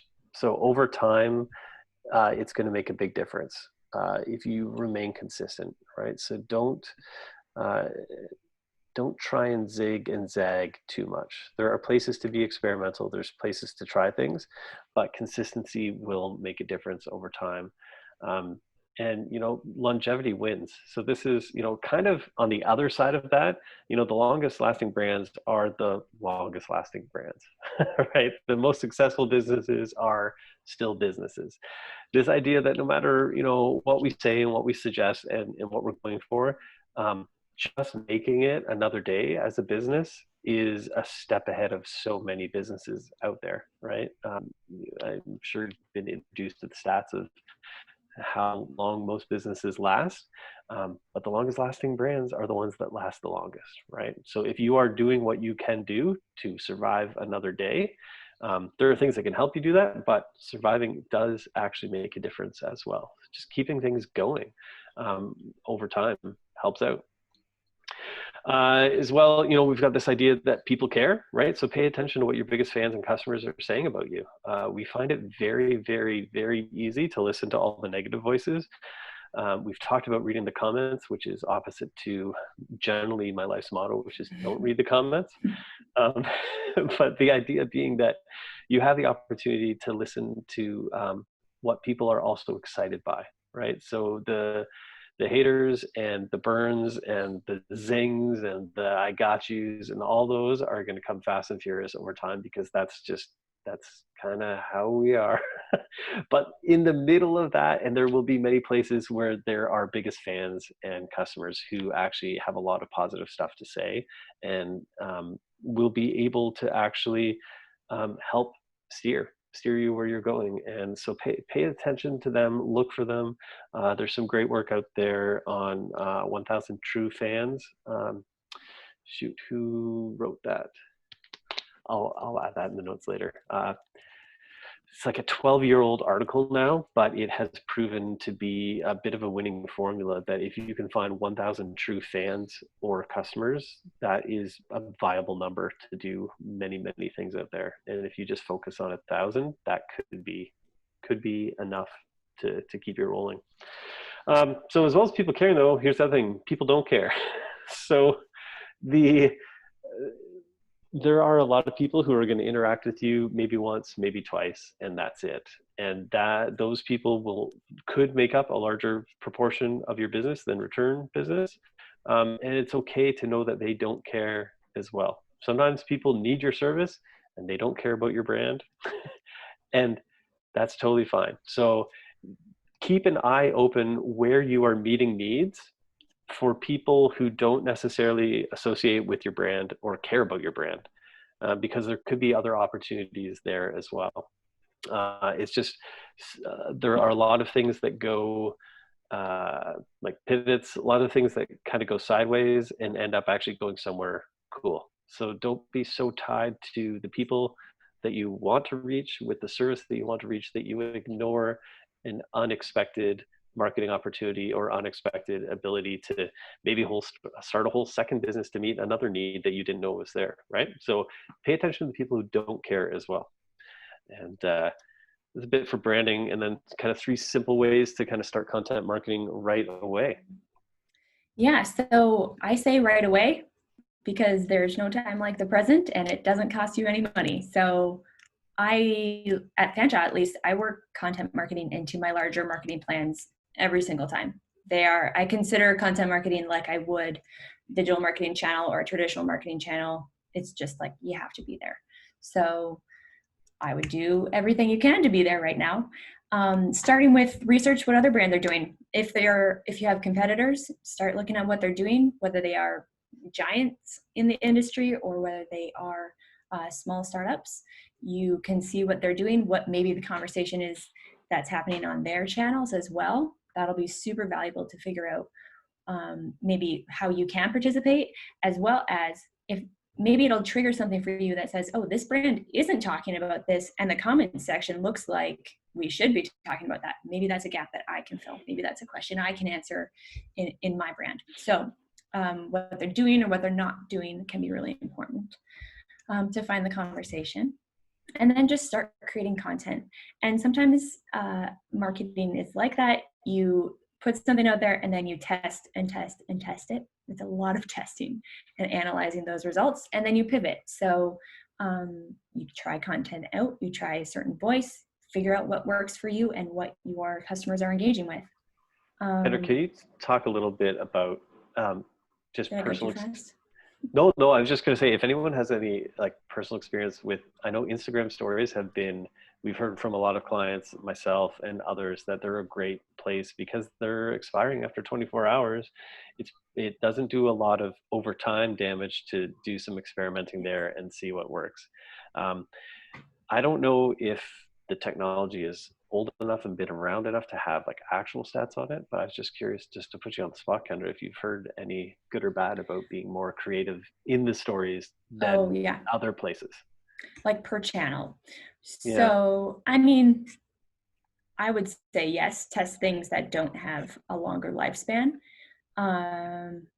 Because you can get results really quickly, but sometimes with content marketing, the one thing I will say is it'll only work for some messages.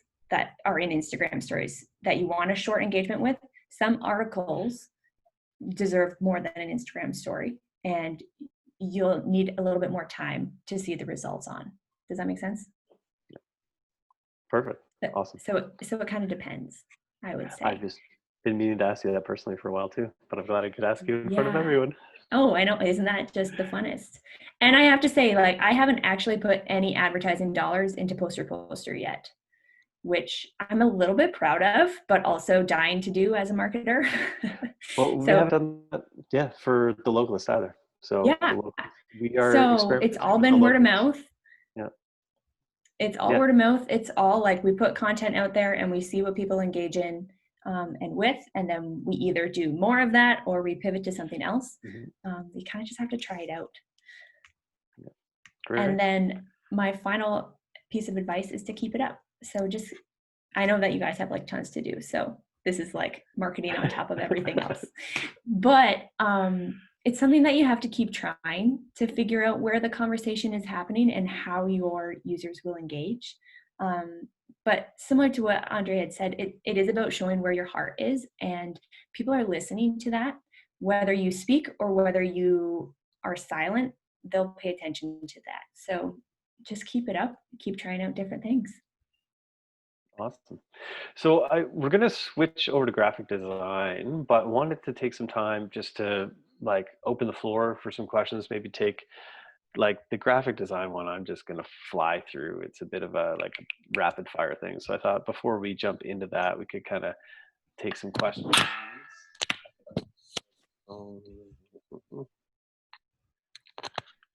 This is what ruins a hand talker, is having a mic that plugs in. Sorry guys. that's why you see me standing with my hands behind my back so often, so I don't unplug myself.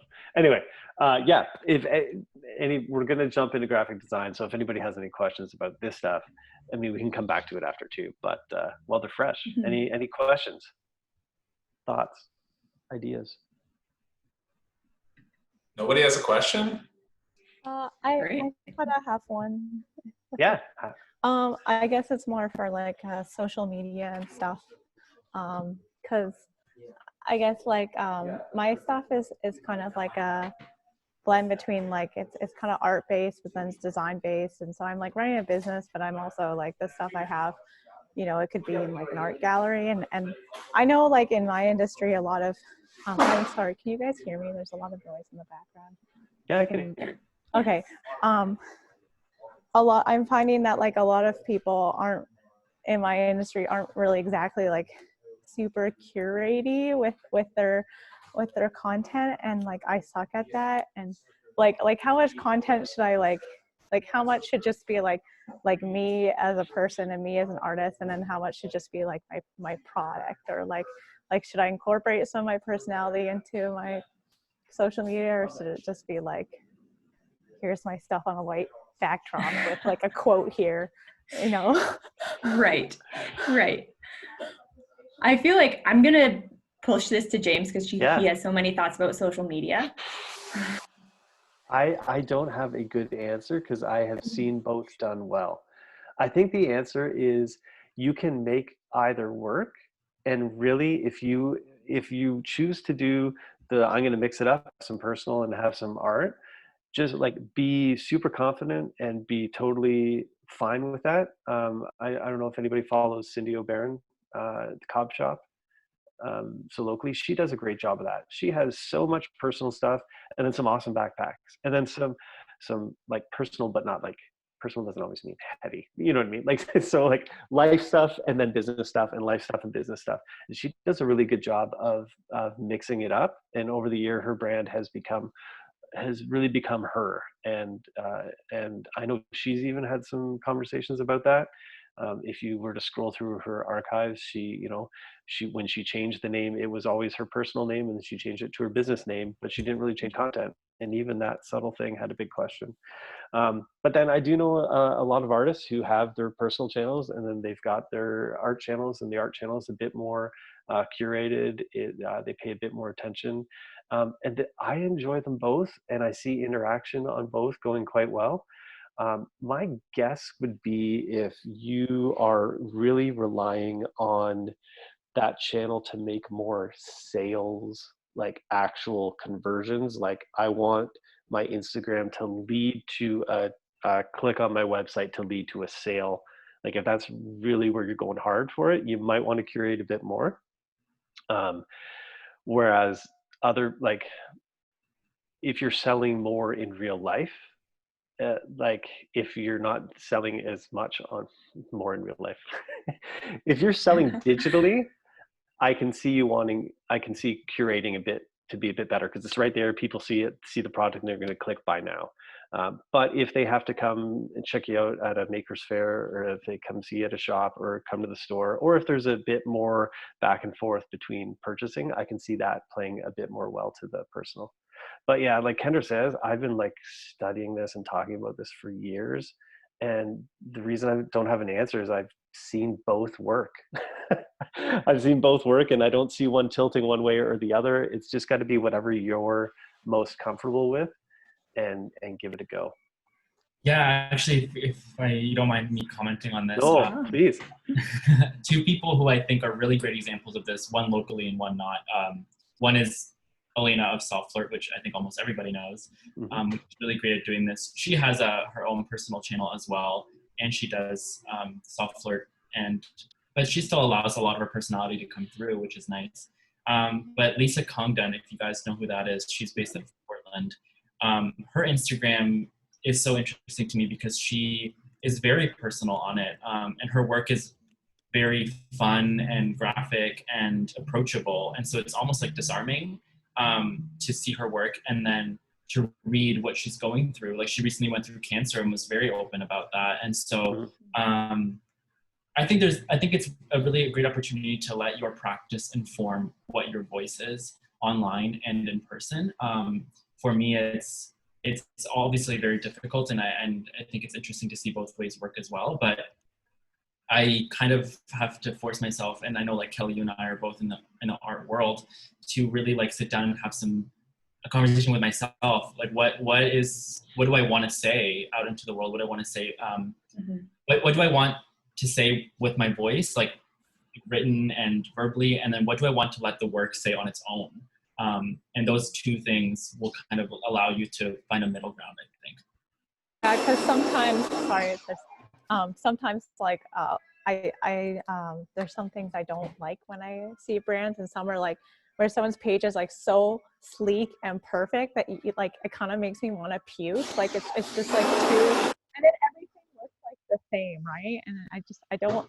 But then sometimes like I also like I don't really feel comfortable with like being like, so today I did this and this reminds me of my father, and then this is going to relate to like my work somehow. Like I you know, so it's like if it's personal, do I have to make it like emotional, you know, or can I just be like casual? Yeah, no, you don't have to make it emotional, in my opinion. You can state things, matter of fact. I think people will appreciate that you are letting them in on your life in some form. Like, I went through this, and this. You don't have to explain all your feelings around it, but maybe it informs the work that you're making, or maybe it informs the way you are using social media right now. You know what I mean? If you are making more work because of it, if you are making less, you know, so people will relate to that in some way. And like you have to be true to yourself in what you're comfortable as well. Like different personalities want to be honest, and I say it in quotes because like honesty on social media can mean different things for different people. And so some personalities really only want like their 3 best friends to know everything. And that's like 100% okay. You got your people and you go with it. And then some people like need to shout it from the rooftops in order to process things. And I think it can be really tricky to be a person who is a shout it from the rooftops person and also integrate that with a brand. Because what you want in terms of honesty on social media is to be true to your brand product as well as yourself. And sometimes that just means you're not like sharing all the deep, dark details all the time. That's 100% okay. Honesty can mean a few different things when you're talking about a product page. Does that check? Yeah, that's it reassured me that it's like it's okay if I'm not P for 100 P brandy, you know? Yes. Like it can mean like maybe you're like showing off the space that you create in, which would be awesome. Or maybe it shows like, do you have a morning ritual, or like, do you like to drink coffee before you create? What are the like sort of context things can create a bit more of the background picture to give a little bit of variation to your content rather than just like, I loved this quote, and so I'm going to put it in giant block letters, you know? Yeah, you can be a little creative without showing like, you know, all, again, the deep, dark details all the time. Kelly, if your Instagram doesn't make me cry, I'm unfollowing. I think, can I add one other thing here, kind of building off that too, is oh, please, anyone, yeah. Into the whole thing of like being authentic, like you're saying, Kendra, you're talking about, you know, you don't have to reveal all those deep, dark secrets. I think just aside to that is, you know, even that format, like your format can play into your comfortability as well. Like perhaps you don't like writing copy, so block quotes and writing a blog post and things like that don't resonate with you. Maybe you don't like being on video. You're just not comfortable with it. You feel too vulnerable. Maybe you don't feel confident. The bonus is there's lots of medium types that you can choose for all this different content. So, you know, I always say start with the one you feel most comfortable with, most confident with. And if you want to expand later, you can always hire people to help you with it or do it for you, or, you know, take your vision and make it reality. But, you know, start with where you're comfortable and where you can be you.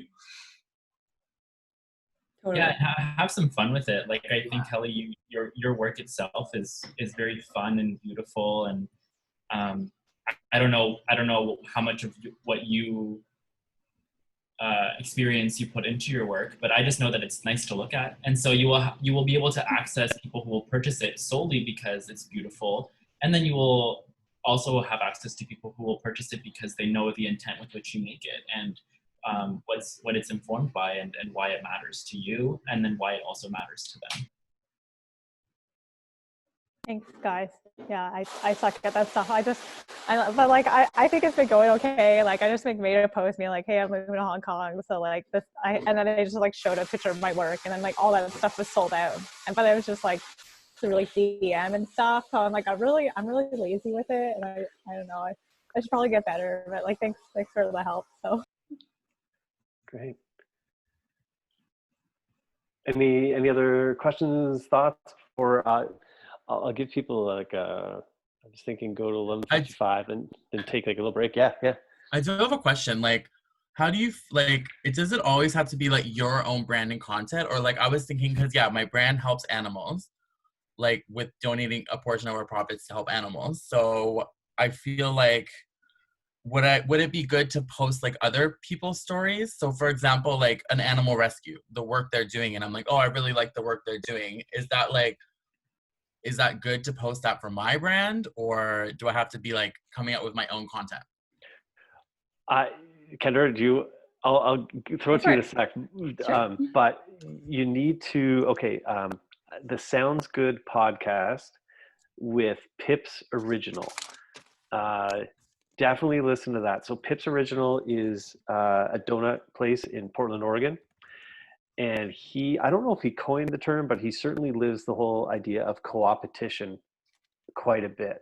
So they're a donut shop, and he talks about, he uses his Instagram channel to talk about the donut shop down the road that had like an awesome blueberry donut today. Yeah, everyone should go check it out. And it's amazing how he fearlessly tells other people's stories. So I haven't read enough on like a larger scale as to whether, you know, if that's a thing that humans respond to, or if that's a thing that just Nate Snell at Pip's Original is really good at. But I do know there's at least one person who does it amazing, and it has worked really well for him. Kendra, I'm definitely going to look at the podcast. I'm looking it up right now. It's like, Yeah. My only comment, like as the like mom in the background, is to also just be like, be careful what brands you post, because you are aligning your brand with them. Okay. So that can be really powerful and really useful if it's a strong brand, and if they align with some of the heart that you have toward animals and stuff, that can be really, really good. But just be careful that their content, I guess what I'm saying is constantly review their content to make sure before you post that they don't have anything that someone's going to click through, and they're going to be thinking of your brand and reading their stuff. So, Oh, for sure. Yeah. You don't right. want, So like, just, yeah, just like have a little caution, but also Yeah. I think it can be really useful. Yeah. Yeah. And I definitely agree. Like the co-opetition, like, yeah, because like, yeah, there's a lot of competition, but you can be collaborative and help each other. Sure. Oh. And yeah, oh man, I would love to know more about his work and what he's done, because it seems like he's doing it really well. So great. Any other questions? If not, I think just take like a quick like bio break, come back at 12, like 3 minutes, and we'll rapid fire through some graphic design stuff, and then wrap up with any other final questions after that. Does that sound good to everyone? Just kidding. It's not good for you. Okay, so we're moving from branding, content design, in a bit of a rapid fire introduction to graphic design. The reason we don't spend as much time on graphic design is because it is important, but if you aren't an actual designer, there's not as much to glean that you can actually do from this, but we hope that it will educate you so that you can work with designers in the future a bit better. And if you are a bit of a designer, hey, that hopefully there's some stuff here too. So we all know that Peggy is the real designer. Yeah, but so let's start talking about, making yourself look good at the same time. So a couple things we're going to talk about. We're going to talk about graphic design basics. So a bit of a crash course here. Then we're going to spend some time talking about logos. Whoops, if I could get, what is going on here? Holy crow.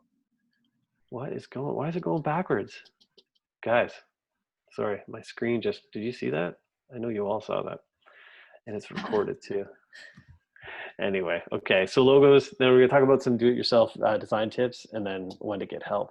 So principles and elements of design, right? So we have these two things that kind of make up graphic design: principles and elements. And principles cover stuff like balance, proportion, emphasis, contrast, pattern.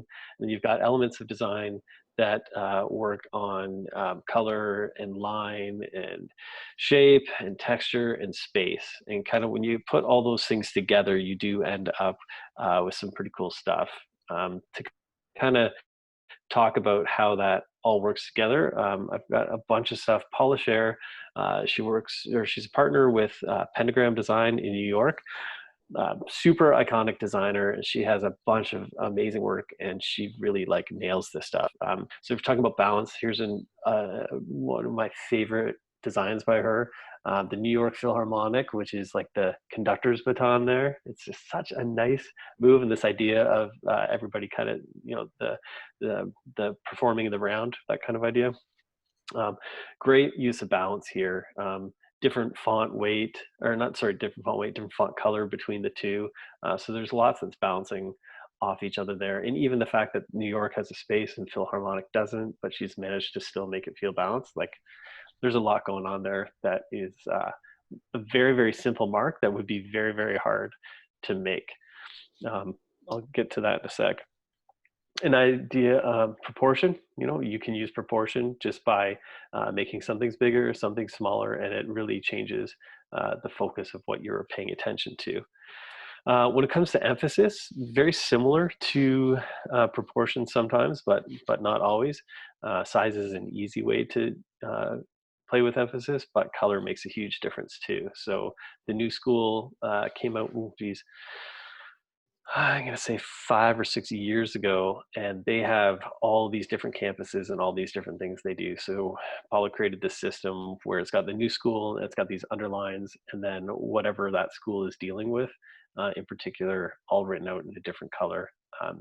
And the dimensions of this, some people are like, this design looks a little plain, where it's coming from. Well, the whole thing is based on the dimensions of the main building there. So she like measured out the main building that people are going to the new school in, and use that for all the lines and all this. So it's like, this thing is like purely architectural. And if you go to the school, you would see that, oh wow, the text is like matching up how the building looks. So emphasis there. Pattern. So pattern and proportion, these are the stuff that the pieces that Paul is probably most known for. This whole style of mixing up text. Like you see this all over the place. Well, it wasn't really done that much before she started doing it earlier in the 90s. And this style, you will still see it everywhere, but it's kind of one of those things where you're surprised that not many people did it as much beforehand. But patterning doesn't always equal lines and squiggles or blocks. You know, you can make patterns out of bigger shapes using words. Color, Shake Shack, love it. Man, wish we had one in Canada. It's so tasty, isn't it? Shake Shack, any Shake Shack lovers? Man, Chicago, dig it. But she did the work on Shake Shack, and just adding that green to it was a huge move. The idea that Shake Shack is healthy is not correct.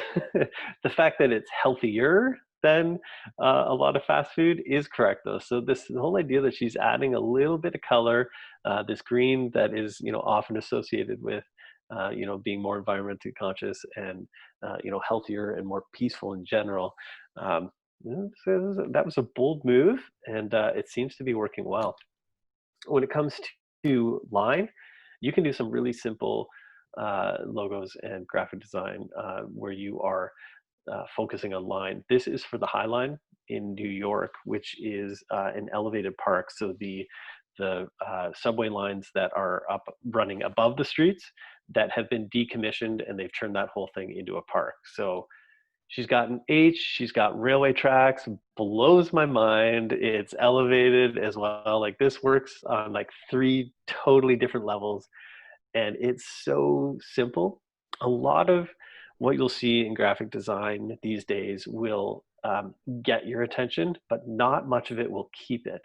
And so I really encourage you to, when you are designing things, to think about the long-term surprises that can come out of the stuff you're making for people. You show this to anyone with zero context, and they're like, it's a boring-ish mark. You tell them it's H for High Line, it's the railway tracks, and it shows like an elevated subway line. Come on, that's genius. Love it. So same thing with the Atlantic Theater Company, where she's just playing with shape. This whole idea of who's in the spotlight, what, and also red carpet. So people are like going back and forth. They're not exactly sure. Is this shape? Is it A for Atlantic? Is it like we're rolling out the red carpet because we have so many famous people coming here? Or is it the spotlight that's shining? Nobody knows exactly, and that's the beauty of it. It speaks in different ways to different people, and just relies on a really, really simple shape. Texture, a lot of fun these days. You don't see as much of this lately with a lot of the whole minimal aesthetic that we were talking about earlier, that, you know, a lot of stuff is looking very similar on Instagram. I'm waiting for this kind of look to come back. I don't think it's too much longer before the 90s are fully back, in terms of like a lot of trends design-wise that we saw there. And I think a nicer return to this kind of layered, textured look is on its way back. And again, this is all Paula's work, right? So graphic designers can have very varied portfolios. And space. I mean, the space in here, sometimes, sorry, when we talk about space, we're thinking about the space between things. But even in 2-dimensional, you can start talking about the space almost in 3 dimensions. I mean, some of these are the circles floating on top of the background, or are they floating behind the background, and the text really feels like it's right up at the front, right? So you can play with space and dimension that way. So when you are talking graphic design, when you're talking to graphic designers, these are like all the tools that they are pulling on. So design is very much a science. It's a craft. There is a lot of work that kind of goes into it, but it's also pretty artistic and it's pretty magical, right? So there's a lot of magic, a lot of fun that comes out of it as well. But when it comes to logos are one of my favorite things to talk about. I love looking at them. Size, so a couple things to keep in mind. Size totally matters when it comes to logos. You know, we used to say it has to be, it's got to look good on a postage stamp or a billboard, right? If you can blow it up and it looks good, that's awesome. If you can shrink it, that's awesome. These days we think big screen TV and an app, right? So can it be an app icon and look good, or could it, show up on a big, flat screen TV in someone's home? Is that going to look as good? So you want to pay attention to size. Color makes a difference too. You want your logo to look as good in black and white as it does in color. This matters a bit less than it used to, but it still creates better results. So it used to be you would have people photocopying your work, or you would have people like just putting it in different applications all the time, and you couldn't always control how the color was going to turn out. So if you can create something that looks really good in black and white and then add color after, it's always going to work well. So even though it's not as dicey these days to give someone a color logo, because chances are it's cheap enough and easy enough for them to keep it in color and not turn it into black and white. If you've created that thing in black and white and added color later, and like been happy with it in black and white before you added color, people are it's still gonna look good. Similar to branding, like simplicity really makes a huge difference. So this is the final product of a multi-million-dollar logo based on a 10-minute sketch that she drew in the initial meeting on, literally on a napkin. That's the actual sketch she did in her first meeting with the client. This is probably one of my favorite quotes that I should have written down because I always get it slightly wrong.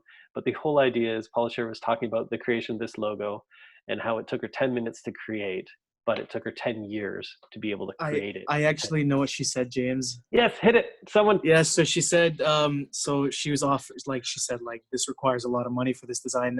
And they said, you just wrote it, you just drew it on a piece of napkin. And she said, well, me having that ability took a 6-figure education, 30 years of experience. And, right. And so, like, it's more so like Picasso said the same thing. Like, it took me a lifetime to learn how to draw like this, but like, same thing. But yeah, I love Paula Scher so much. Have you seen Abstract? It's on my to watch list. You're going to see a slide. Awesome. She talks about like everything you're going over in here, and it's awesome. Yeah. Oh, she's great. Oh, good. Yeah. This is awesome. This is so good. So yeah, don't be, this is kind of coming, like if you're hiring graphic designers, if they work quick, you are still getting your money, because quick work, I mean, yeah, there's a lot that went into making that work quick. And memorability makes a big difference too. So this is the new Heart and Stroke Foundation logo, which is just genius. I mean, that's my personal favorite of hers. Oh, it's so good. Like, I don't know how, I mean, I just love it. I love it. So a couple things to ask when you are, kind of getting into graphic design. It's like another test that you want to put your logos through. So if you have logos already, ask yourself these questions. Can you photocopy it? Can you draw it by hand? And is it memorable? So I would sit down with yourself, be honest, try and draw it by hand. Ask some people that have seen it but aren't like super familiar with it, just to tell you about it. Hey, what can you tell me about my logo? And just be ready to hear what they say. If you feel like it, see if they can draw it. That would be a fun thing to do. It doesn't matter. The test for drawing is a bit of like that when you go get your eyes tested, this lens or this lens, this lens or this lens, right? It's similar to the can you draw it by hand? Is it simple enough that it left an impression that when people start to draw it, they can be like, oh yeah, it kind of looks like this, right? So those two are kind of the same question. So do-it-yourself design tips. Okay. This is like some really easy stuff that you can do. So fewer fonts, fare better. Saying that, I can't talk about it yet, but I've got some work coming out very soon that I use so many fonts, and I totally broke that rule, but I really broke it. So I think that's why it works. But in general, use less fonts, 2, 3 absolutely max in anything that you're doing. And you will over time create much cleaner and easier stuff to read. White space is a friend. So when you are working on your website, when you are putting out little in your feed, even some of your posts, like don't be afraid to have whatever you want focused be surrounded by enough breathing room that people are only looking at what you want them to look at that moment. Especially on websites, no one is going to look at your whole 2,000 pixel long web page at once.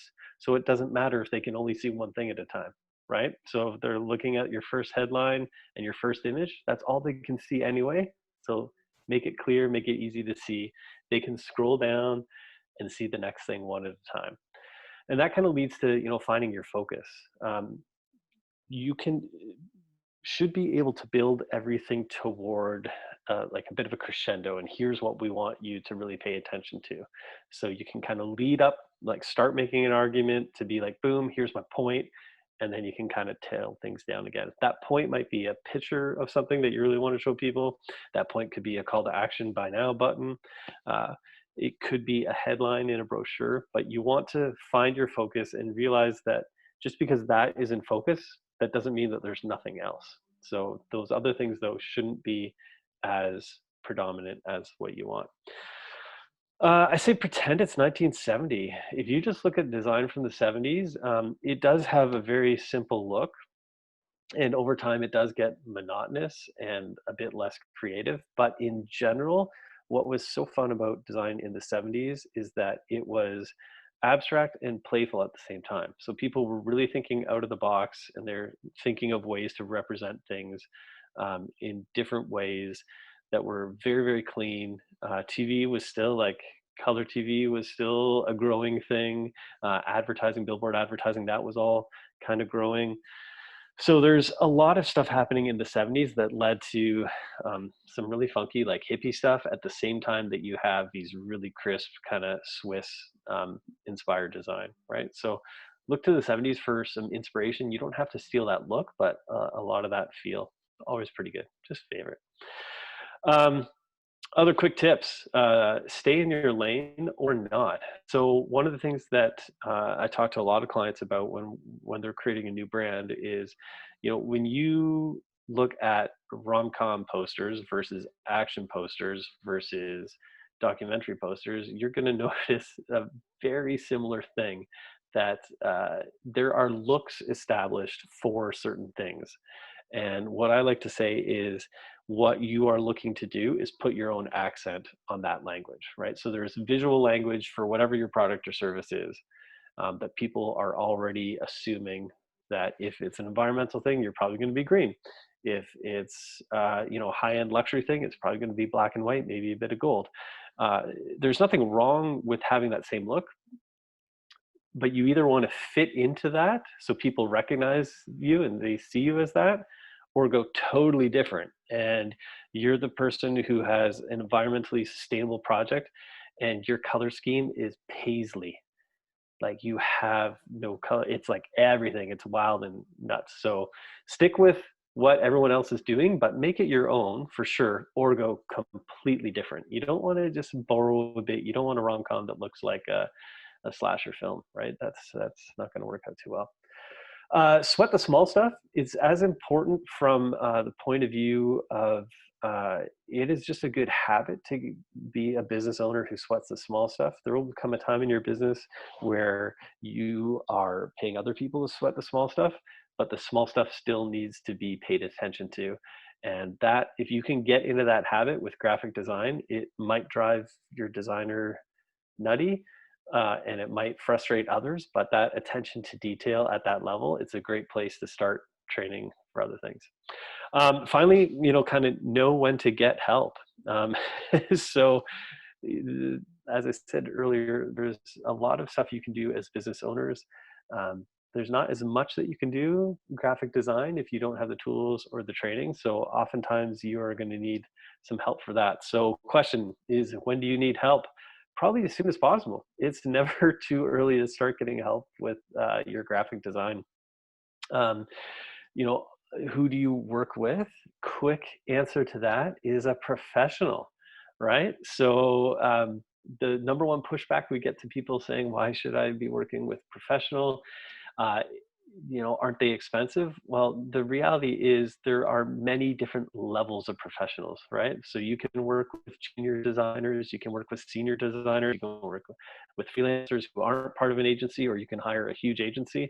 Everybody has their advantages and everyone's got a different price tag, and your business might not always need someone at those levels, but you want to work with someone more than your cousin or your uncle or your right. You want to work with someone who can give you the professional attention that your brand wants, right? So just because you're looking for a professional doesn't mean you have to find the highest, most expensive professional out there. There are lots of options for that. Here, where are we? So when it comes to hiring somebody, here's a couple things to keep in mind. So you want to check the process. So what I mean by that is like ask them like how they actually work. There are some people who work very different than other people, and you got to know how you work and what you're comfortable with. Because chances are you are not going to get along well with a designer who is like, I just need to hear what you want, and then I'm going to go away for 6 weeks, and I'm going to come back with just magic. Like, just wait for it. There are others who are going to be like, okay, tell me what you want, and then tomorrow I'm going to send you a couple sketches. And then after that, I'm going to send you a couple more sketches. And after that, I'm going to send you a couple more sketches. And then we can start talking about color, right? There's as many different ways as working on design as there is design itself. So you find out how they work, because if that's one thing that I have learned over my time designing is learning what the client wants in terms of process and being able to adapt how I work to make sure that they are kept in the loop and feeling good about everything. When I say check their portfolio, there is in quotes because the job of a designer is to take what's in someone else's head and make it real, right? So designers are working for someone. If a designer's portfolio all has the same look and feel, they're pushing their agenda onto the design, which is fine if you like that look and feel, okay? There's nothing wrong with a designer who has a look and style. But if you're not going for that look and style, then I would go with a different designer, right? So if you can find a designer who has a varied portfolio and you're like, why is that logo kind of ugly and that one kind of awesome and that one in the middle and I don't like this, and, oh, that's kind of cool. You know that that's going to be a designer that is working 100% for the client. Again, nothing wrong between the two, but a designer that has a portfolio where everything looks the same means that your work will look like that. If you like that look, that's cool. A designer who has a portfolio where everything looks different, good chance that you're going to be able to get what you want, which could be hard if you don't know what you want, right? So there's some stuff to play with there. And then check their price. So is always worth their price to see how much they charge and how do they work, right? In terms of them saying, well, I don't know, it depends. Like, it's going to be getting prices out of designers can be really tough. So here's 3 simple questions.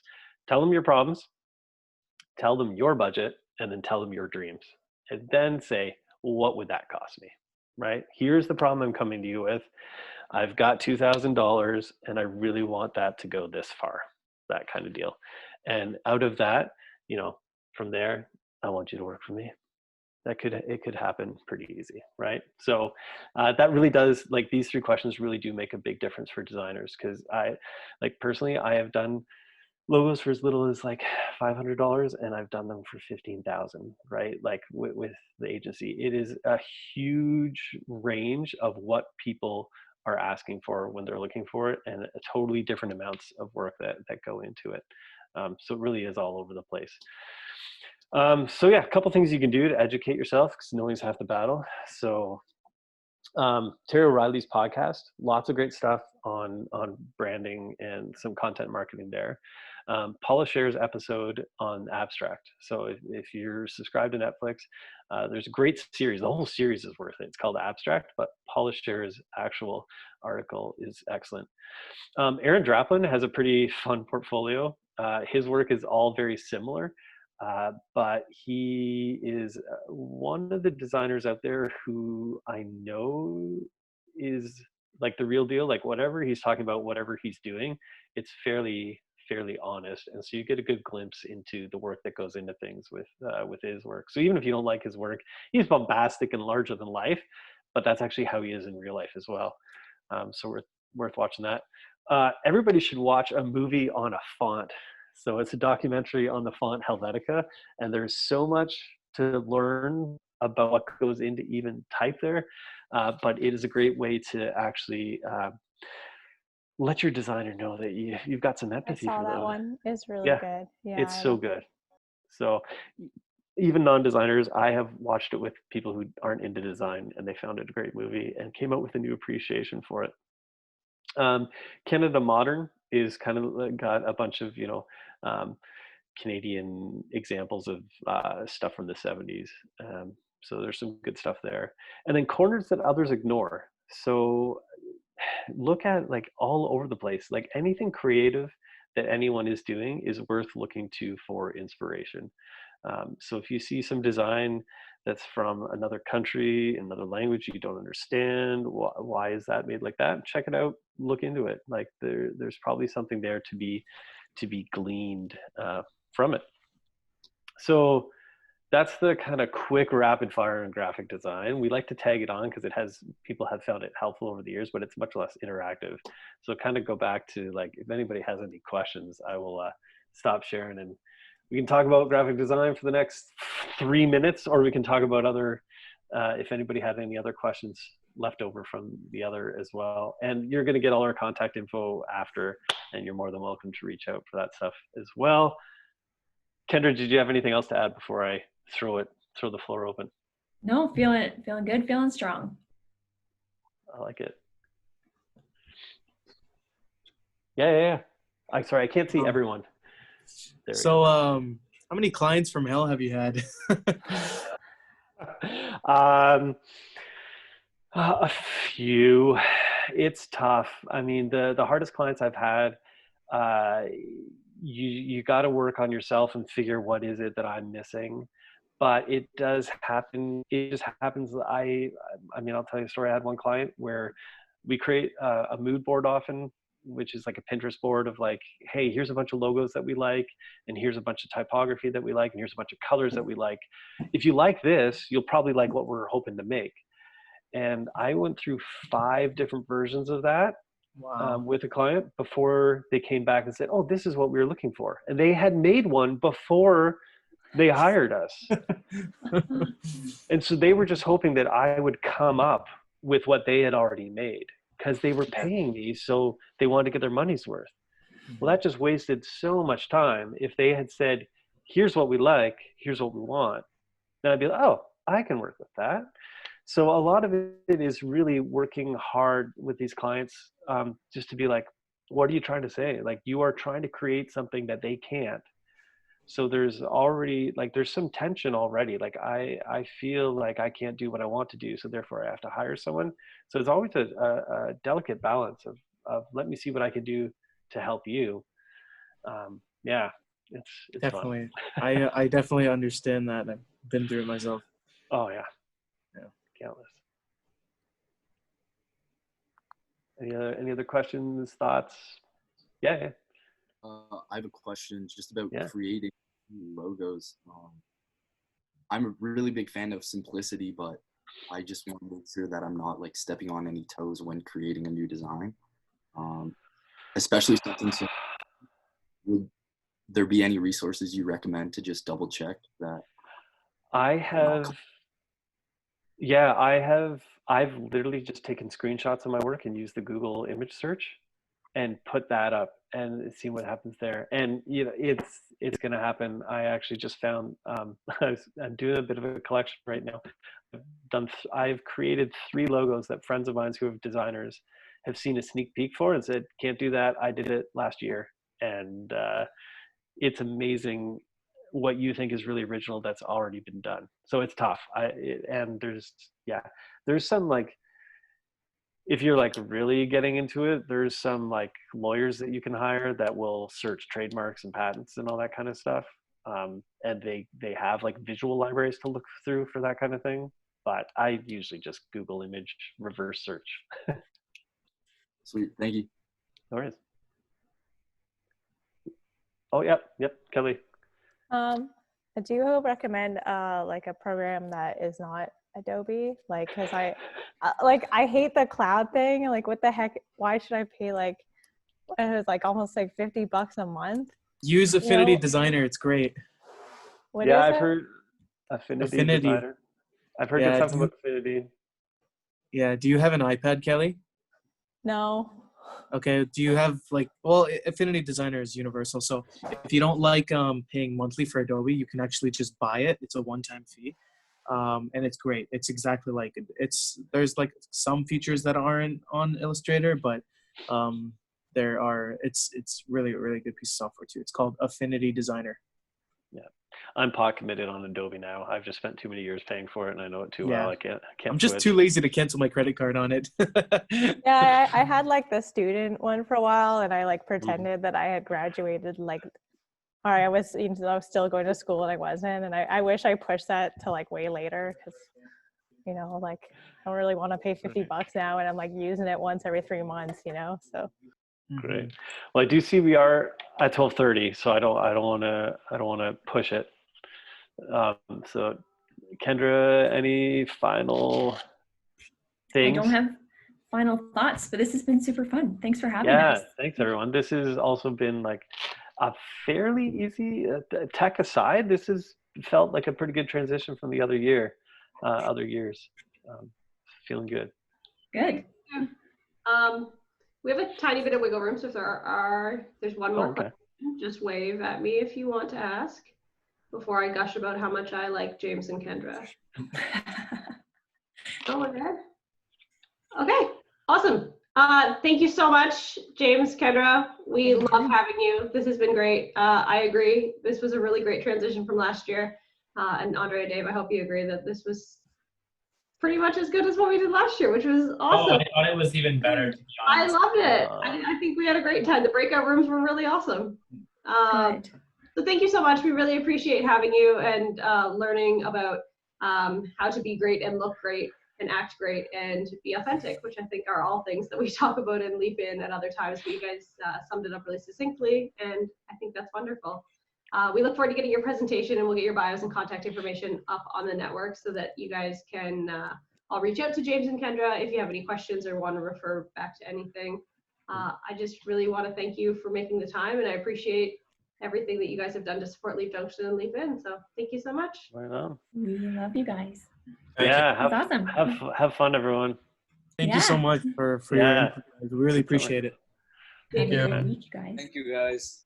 Before we go, sorry guys, since everyone's here, let's give them the solid Leap Junction wave. We've been doing this. That's awesome. Thanks That's awesome. guys. All right, take care. All right. Okay. See you guys. Bye, James and Kendra. Bye. Thank you. Where'd he go? Pardon?